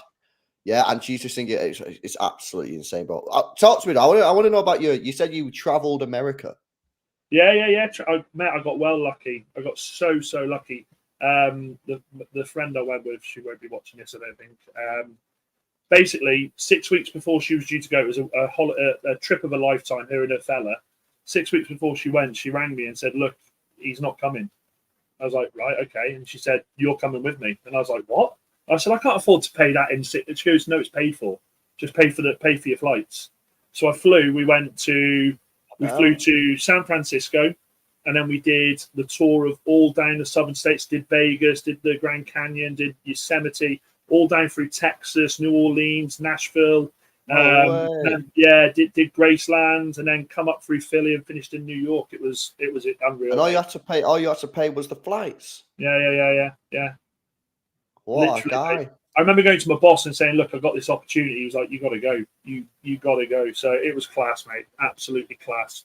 Yeah, I kind of want to do that, I kind of want to do the because I've been in Florida a few times, but I've never done any other states, and I kind of want to go and do. But you know what? For me, I'm kind of more interested in doing like the Texases of this world rather than the New Yorks. Like, listen, Danielle's been in New York a few times. She wants to go back, and we will go like at some point. But I'd rather go like Austin, where it sounds like it's popping. I want to go like a little different types of gas rather than the big cities, because I know this sounds stupid, and I know New York is different, right? But like to a certain degree, a city is a city, yeah. And like I know New York's different because I get it. I've seen it on TV, right? It looks class. I've seen it on Google Maps, yeah. I walked around the whole island on Google Maps. But I don't know. I kind of just want to go to like more kind of out there kind of place. Like my mate lives in North Carolina. Yeah. And he showed me the pictures in the video because he come over for a City game, and like he showed me all the pictures where he lives and that, and it just looks so sick and so chill. So best place I got, mate, was honestly we did like I think it was just before I think it was when we left Yosemite and we were sort of making our way around to go to Vegas. And we stopped at this little town called Bishop. Honestly, it was incredible. So we stopped in this town, we're camping there, and like part of the tour that we were on, we weren't allowed to go out on our own for obvious reasons, insurance reasons. If the tour guide lost us or anything happened, it's a whole catastrophe. Anyway, spotted this bar called Rusty's, and I thought this is an untouched tourism town. I gotta go. Go. So made an excuse. I want to go up and down and have a look at these shops. Anyway, I got there with another lad, walked in there, and it was proper it was like untouched bar. The sort like they had a spit bucket there, like where they spat. It was brilliant. Oh. I walked up to the bar, right? You know how they say, and I'm trying not to. That's it, mate. Hang on, what? Rusty's in Bishop. There's a pool table there. There should be a Captain Morgan's. I think that is it, mate. Yeah, there should be a Captain Morgan's bloke there as well. Yeah. What the hell? That's it. That's all the photos they've got. And mate, honestly, I walked in there, and I say this quietly because the wife's downstairs, but you know the stories about I was single then, of course. The American women love, an English accent. So I walked up there. I was like, here we go, it's on. I walked up and said, excuse me, could could I trouble you for a pint of lager, please? And this American girl went, oh my God, are you Australian? And I was like, oh. What the hell? Yeah, Classic, man. mate, classic bar, brilliant There's no Stella over there. That's a bit. In fact, I don't know why I'm saying that. I know they do. I know they sell Stella over there. That's a bit weird. But mate, it's class there. It's class. It's absolutely class. And so there was this bloke there, right? And I'm not being stereotypical here, but there was a guy there, like proper hillbilly guy, and he walks up to me. He's got like his teeth missing at the front, and he goes, "Y'all from England?" I said, "Yeah, from England." He goes, "Man, I love England. I love the Beatles, man." I was like, "Oh yeah." He goes, "I love George, John, Ringo, and it was the other one." And I said to him, "Yeah. It's a shame, obviously, John and George are dead." And he stopped dead. He looked at me. He went, "What? That's horse shit," and just stormed off up the bar. What the fuck just happened here? It was incredible, mate. I had so many good memories over there. Did a helicopter ride over the Grand Canyon. Like, did you? Yeah. And I'm scared of heights, mate, but I had to do it. It was incredible. Wow, I hope you paid for the. I hope you paid for a few drinks and a few meals, bro. You got that whole thing for free, mate. Honestly, it's like, oh god. Right, so sorry if I'm boring you guys, tell me, but there is. I wanted to know about this. It's cool. When we met the guide, like the tour group, we all met up in this hotel in San Fran, and they come around the table, right? They're like, okay, guys. So what I want to know is what inspired you to come on this trip. And they go around to all these people, and everyone's like, well, I lost a loved one, and they wanted me to do this, and it just inspired me to go out there and travel and all the way around. They come to me, and I was like, I ain't got a clue. I got this for free 6 weeks ago, and they were like, but surely there's a reason why you're here, man. And I'm like, nah. Free. Bro. Yeah, everyone's there giving like fully deep answers. Mate, honestly, they're going for it. They're like, honestly, it was like listening to Miss America. They're like saying, this is going to change me as a person. I'm going to do this. I'm going to do that. And I'm like, yeah, I'm here for the lols. I don't know what you want me to say. I just, it was incredible. Absolutely incredible. Oh, it sounds mint. Yeah, like I said, I do want to do that. That sounds class, man. You know what I mean? Like, don't be a hero over there, LB. Like we were camping, and sorry, I promise I'll stop after this. We were camping next to the Grand Canyon, right? And I'm literally, I'm in a tent with this guy, and there's two girls in the tent next to us who's in our group. And about 2:30 in the morning, I hear this scream like, ah! So I was like, oh my god, something's happening. So, Hero Dan goes to unzip his tent. As I get the tent, I'm thinking, if this is a fucking bear, what am I going to do? I unzip the tent and I come face to face with this moose. And it's like fucking monstrous. It's like antlers right here. Are they like well big?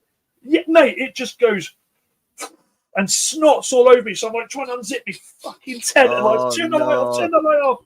Literally, mate, I had so much over there. Apparently, they're massive, aren't they? They're moose. Huge, mate. They are huge. They're Do you find it mad how like that country has like so many animals? I think someone told me apparently we used to have animals like that, but then we killed them all. Yeah. Which is pretty sad, really. But yeah, apparently we had animals like that in this country, but then we just killed them all into extinction. Yeah, mate. Honestly, there's so much over there. You know, one of the funniest things about America, is not America itself. It's do you just watch Top Gear? Yeah. Watch Top Gear. Yeah, of course. Yeah. Do you remember what this is going back like? This is from like this is season 9, episode 3. Let me find out what year this was. Top Gear, seasons, wiki. Let me find out what year this was from. This was one of the funniest clips I've ever seen in my life. This is from 2007, right? So basically, chat, right? Basically, what happened was, obviously, this was when it was James May, Richard Hammond, and Jeremy Clarkson. And they went on this. No, this is America. This is America. Oh, right. They're in America, and they can only eat roadkill. Right? They can only eat roadkill, yeah? So the first couple roadkills, it's like a little squash squirrel at the side of the thing. Find like another dead bird or something. And they're like, right, we can't eat anything. Like, we can't find anything. So Jeremy's like, I'm going to go and find something, right? So all this show, they're trying to find some food. And then this happened on the show. This is the funniest thing, man. Bye. A dead cow on the top of his car. Oh my god, it was one of the funniest. I know that doesn't really do it justice, but it's one of the funniest things that I've ever seen, man. When he found a cow on the top of his car, and this was his car. I don't know what that is, some sort of Corvette or something.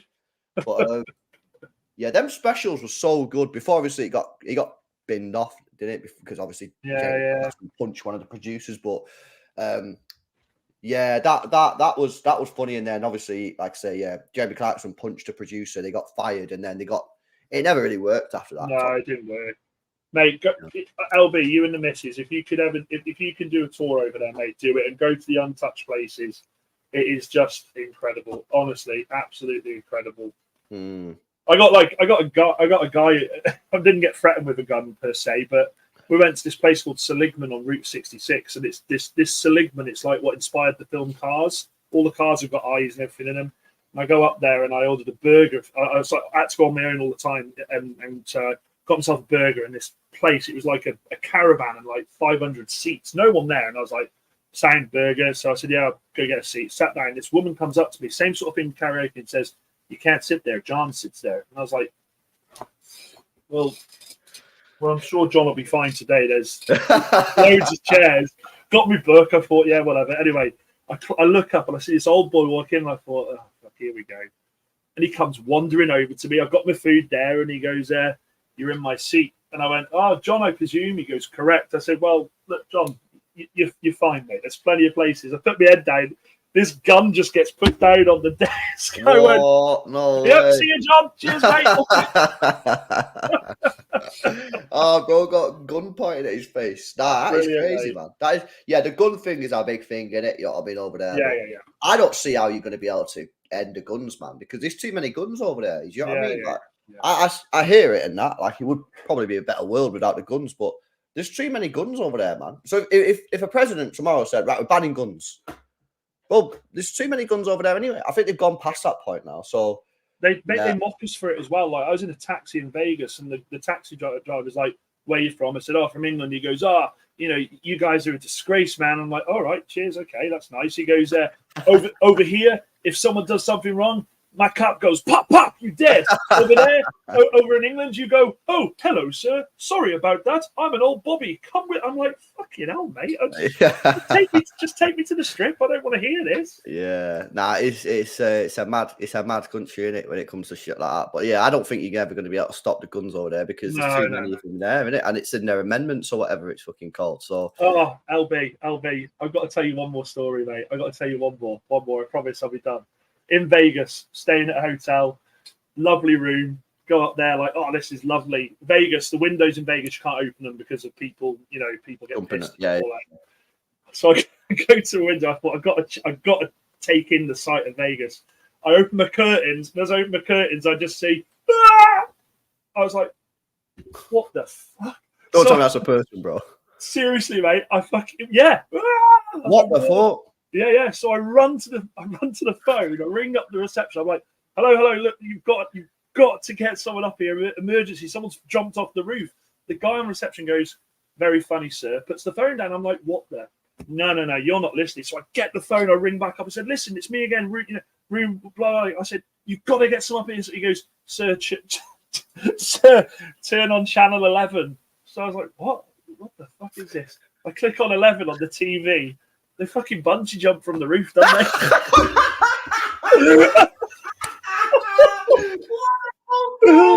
No way!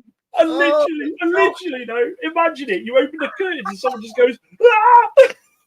Bro, when you were speaking of that story then, and you said someone, and I started laughing, I was like, "Oh shit, I can't laugh at this. This is bad situation, bro." I said, "What the fuck, man?" I swear to Christ, honestly, this guy. Ah! Oh my god, what the fuck, bro? God.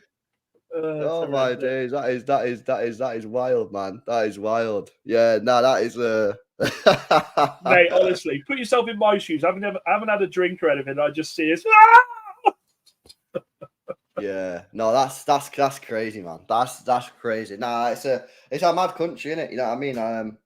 Like I say, I want to go back, man, but I don't want to do like Florida again or like a New York. I want to go somewhere I want to go Austin, man, because I listen to Joe Rogan's podcast a lot, and he's always buzzing about it. He says it sounds sick, and he says like the music life there is good. Like, it's, I think it'd be good to go there for a few days or whatever and chill and do Nashville as well, mate. Nashville, yeah, ace. Couple City fans, Noisy Pod, who you probably don't know, but a lot of the City fans in the chat will know. Noisy Pod, I think couple of them are from there. So it'd be pretty good to go over there. You know what I've always wanted to do? I've always wanted to watch a City game in like a what they called, like a supporter branch. Yeah. Supporter clubs, I think they're called. In America or like wherever, not even just America. Like I'd love to go around the world and watch a City game, like in an American supporter club, in an Australian, like Thailand, African. Yeah. I just think it'd be sick, to meet up with different City fans and just see how they. Yeah. At the end of the day, and it's obviously same for you, United, but like I watch my club like the way I watch my club, and City, like other City fans will have different experiences, but most people in the UK will have the same experiences, right? You either go to the games, you watch it at home with your mates, or you go to the pub, yeah? But like in America, it'll be different. It'll be slightly different. In Africa, it'll be slightly different. I think that'd be so cool. I'd love to go there. So I probably, whenever I do go over there, I probably, because I don't normally do this, like the holiday I booked for July of going to Spain. Obviously, I've done it in the July when City not on, but if I go to America, I probably would schedule it around a time where I could watch a City game. Do you know what I mean? I just think it'd be pretty cool. I agree. Yeah. They do you know what, they set it up so well over there as well, don't they? Like the fans go for it over there. I think they look phenomenal. And I've seen so many so many like fan parks there and stuff like that, and they go. It's the States, so isn't it? They go big. They go massive. Well, they've got the World Cup in it. That's in Texas, actually. That's in Texas, funny enough. I can't wait for that. Look at the drinking times here, mate. That's going to be amazing. Oh, I know. Yeah. So wait, what times are there? Well, I think some places like 8-9 hours behind us, aren't they? What about Texas? What's Texas time? Is it about 6 or 7 behind us? So say they've got a game that kicks off at like 7 p.m. Because usually they'll have like a 11 a.m. or 12 o'clock, 5 o'clock. So 11 a.m. is like 4 in the morning here. Nah, we'll be later than them, innit? I thought we're later than them. I mean, here. So over there, so they'd be, so if they're like 3, if they're like at a night kickoff over here. Oh, yeah, that's a good point, actually. I fucked it, haven't I? So if it's 7 p.m. there, what time would it be here? 7 p.m. there. So it's going to be like 2 in the morning here, isn't it? I think, something like that. Is it? I think it is. Heavy yeah, it would be, wouldn't it? That's a heavy sesh, that, bro. 2 a.m. Time to UK. Hey, some of the lads won't make that. You're on a night out watching England. Some of the lads are going home at one saying, sorry, I can't make it. Probably me, to be fair. I can't wait. I can't wait for that, honestly. What's it? Germany this year, so it's the same time, isn't it? That'll be class, man. Yeah, so Texas time, right now it's 5 o'clock. So what are they, 6 hours? 7 hours. 7 hours behind. That's decent, that is. So if they have a game that kicks off at 7 p.m., 8, 9, 10, 11, 12, 1, 2, 2 a.m. Yes, okay. That's a heavy sort of Is session. it just America, or isn't it like... No, it's not. I think it's Canada, USA, and Mexico. Because apparently Mexicans are fuming because they wanted the final, because it's 20 years since something major happened in Mexico, and they said they should have got it, but they give it to America. But one of the reasons is the best, I think, don't quote me on this, chat, maybe chat can help me. Apparently, the best Mexican stadium is 56,000, but this stadium in Texas is like 100K. So they've gone, we'll give it to Texas. But apparently, something happened 20 years ago. Maybe someone in the chat can help me out. But apparently, something happened 20 years ago to the World Cup final back in Mexico, which was like quite a big thing, and they wanted to like commemorate it with that. But I don't know. I seen something on Twitter about that, so that might not be true. Maybe someone in the chat can help me out.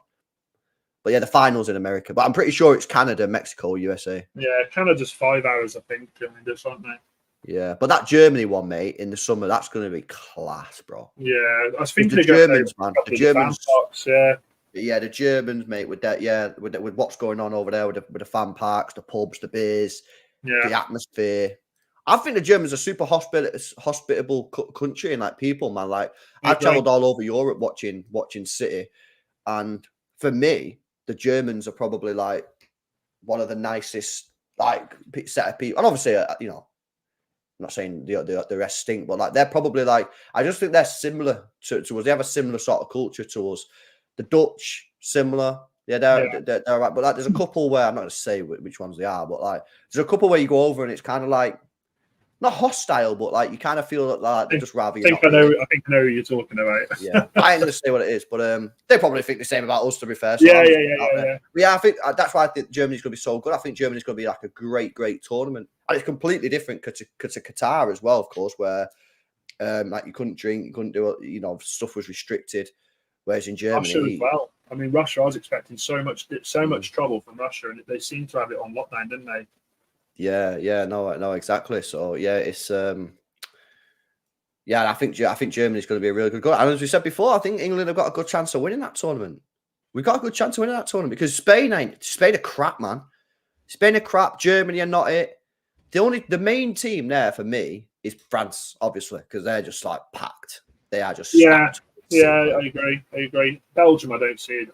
Nah. Portugal either. I know Martinez. Right, this is something that really fucks me off. Martinez with these national teams like Belgium being ranked number 1 for so long, that really fucked me off. They won nothing. And that just irritates me that they were ranked number 1 so long. I don't see teams like Belgium. I don't see teams like Portugal doing anything. Here's a question: do you think Ronaldo will be at the World Cup? At the World Cup or Euros? He says he wants to. The World Cup. He says he wants to, doesn't he? What's that in like 2028? 2026. Nah, surely not, man. How old is he now? At 38? 39. Nah. Don't think so. I think he'll be there. I think he'll be there, mate. 2028, so before how old will he be? 41 he'll be in 2 years, won't he? 41. I don't know. I mean, I don't know. I say that, but at the end of the day, if he turns into just like a poacher, then maybe he can. But I don't know. I'd be surprised if he's at that time. But like I say, if he turns into like just an out and out poacher, because in theory, if you're just a poacher in front of net, do you need pace? Do you need agility? Like you just put the ball in the back of the net. Yeah, I get it. I think this is the difference because like with Harry Kane, I think his game's already changed from when he started anyway. So I think he will be able to go on a bit longer. I think like normal strikers like Shearer, people like that. Owen was injury prone, wasn't he? But they sort of stopped. I think Kane will adapt his game as he gets older. Benzema for me has been the perfect one. Yeah, because he's almost got better as he's got older and older. You know what I mean? He's just a fantastic player, and I agree. He almost got better when Ronaldo and that lot left because he just took over and he led the team to victory, Champions League final, and he's been a great one. Of course, there's been rumours that he might come back to the Premier League. I think you've been interested in him, actually. Mate, is he? Let's be honest. Mate, if we're struggling to get the funds together to sort out Choupo-Moting, how are we going to get? Honestly, this is something that really fucks me off. And like some of the fan channels I watch, it really annoys me because they're like, are they coming? Oh, De Ligt. And I'm like, what are you talking about? We just took best part of 2 months to get Amrabat over here, on a loan deal that's 2 million. Why are we even talking about this? It frustrates me. Absolutely frustrates me. There's no way if he comes, he's going to he'll go somewhere like Arsenal. I think Arsenal, Chelsea. I really think something like that. I think if Arsenal got him, that would be big for them. Big. I think that's exactly what they need. Some experience, someone that's won it all to go into there and just like lift the levels for me. So, I think that would be a great sign. But I just don't see it happening. He's on mega wages, and I just don't see it happening. But let's see what you guys are saying in the chat before we wrap up, man. We've done 2 hours. We are going to finish in a sec. Big up to Frankie, says loving the stream. LB, people smash the likes up. Big up to you, man. Briggsy said, I was going to go to Euro 2024, but my mate missed the deadline to apply for tickets, so now we're going to go Dublin instead. Not a bad substitute, is it? Not a bad substitute, bro. Not a bad substitute. I don't know where you're going to watch the game. You know what's funny? I watched the England game in Dublin. I was like one of the only people in the whole pub supporting because Kane scored as well. And I was with your character as well, LB. Yeah. You can imagine that I didn't just sit there and go, "Oh yes, well done, Harry Kane." No, I was fucking up there going, Yeah. Nah, they took it well. To be fair, the Dubliners, they took it well. They didn't have to. You know what I mean? They could have cooked me, but they took it well. Carnivore says Benzema and Ten Hag would crash together and make even more negative noise. Oh yeah, just before we wrap up, bro. Apparently, it's Ten Hag said to Martial in a bit. Apparently, he's kicked him out of training. Is this true or what? The story come out that obviously we'd said off you go. You're refusing to leave the club in a transfer. You're waiting until you go on free, so off you go. Train on your own. Blah blah blah. I think what they've come out is they've tried to spin it United and said no, we do this with all the players that are coming back from injury and they train on their own until they're fully fit and then they come in. It's a mess, mate. It's an absolute mess. It's again another. It's just the biggest show of player power. In what world can a club not say to a player, we don't want you? This club's put in an offer. But then the flip side of it is with the player, I will say this. He goes on a free signing on fee, isn't it? Massive signing on fee. So it's frustrating. Honestly, mate, I cry. I cry with United. I absolutely cry. I can't take it anymore. This fucking squad.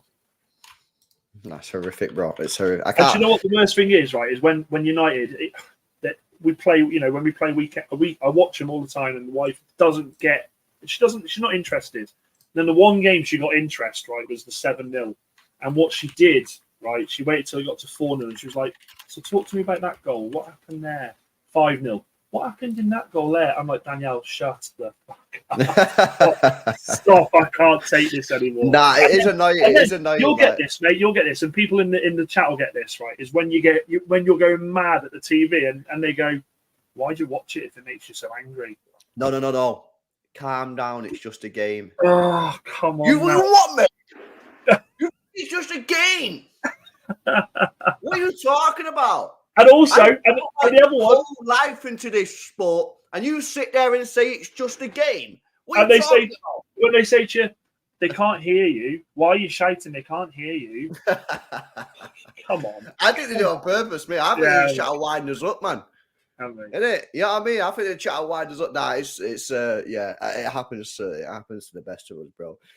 Marshy says that's my sister in a nutshell. They don't get it, innit? They don't get it. It's it's a crazy one. It's good. Now, luckily, my girlfriend likes football, and she don't really do that. You know what I mean? But like, my mum used to do that when I was out watching football downstairs. You know, you just conceded a last-minute goal. Yeah, Michael Owen against Man City in the 93rd minute, a derby. Yeah, and I'm fucking screaming at the TV. It's just a game. You what, mate? What are you talking about? My family refused to watch it with me, mate. My family refused to watch. Honestly, I say some pretty bad things when I'm watching the game, but like it's after the game. You know, she's on the phone to her friends and she's like, "It's a disgrace. I'm sick of it." And I'm like, "Oh, you just don't understand." Oh man. I love that. Tin say you guys are still going. We got stories. I know, it's been LB, you're gonna have to have me back on, mate. I got plenty of stories to tell. Yeah, 100%, man. We'll make this regular. Build up to everyone in the chat. We're gonna finish up now, but hopefully you guys have enjoyed it. You know what I mean? Just chilling out on this Friday night. If you want to follow Dan, he's on TikTok at United First. Love that in a city channel. Yeah, no, but.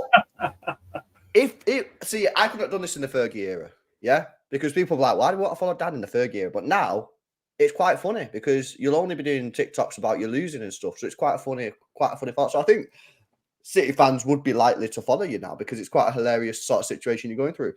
If you start winning again, then maybe he's gone. Brilliant. There you go. See, that's what happens, guys. That's what happens. He's gone. He's done.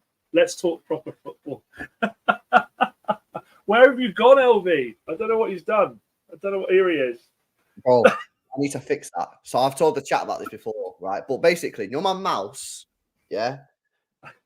This button here, that button or that one, I can't remember which one, right? One of them is a back button. Because I'm always online, I'm always just like Googling shit, and I'm like, right, go back, right? But the problem is, when I'm on StreamYard, like now, if I press the button now, it kicks me out. Now and again, it just happens. So, Anyway, guys, if you want to follow Dan, that's his league. United First. Big up to Dan. Thanks for coming on, man. I appreciate it. I hope you. Mate, loved it. Absolutely loved it. Honestly, it's been the best stream I've been on. I love the fact we've just gone through loads, and I'm pretty sure we could do it again, mate. Pretty sure. Yeah, I've been doing more of these type of streams, man. I did it with you won't know him, but I did it with Martin. The chat on law. I did it with Martin the other day. just coming on and rather having like a set, this is what we're going to speak about, just have a chat, man. I think, you know, I prefer it because then they can just have a good conversation, and I think the chat like it as well. So listen, chat, hope you've enjoyed this stream. Hope you've enjoyed me and Dan tonight. Hope you've had a drink or had a nice bit of scran or whatever you've done, or if you've not done anything, just hopefully you've enjoyed the show. Please make sure you drop a like on it. If you're watching this back on replay, let us know your comments down below about whatever we spoke about. And yeah, I'll be back tomorrow for the Liverpool game. I'm going to do a live watch along of that. And then that'll be pretty much it until maybe Sunday night, if not Monday, because I'm actually going away tomorrow, chat. So content this weekend might be a bit low after tomorrow's watch along. So if you don't see anything, that's the reason why. But I will definitely be back Monday, if not Sunday night. But yeah, listen, guys, smash a like, enjoy the rest of your night, and I'll catch you in the next one. See you later.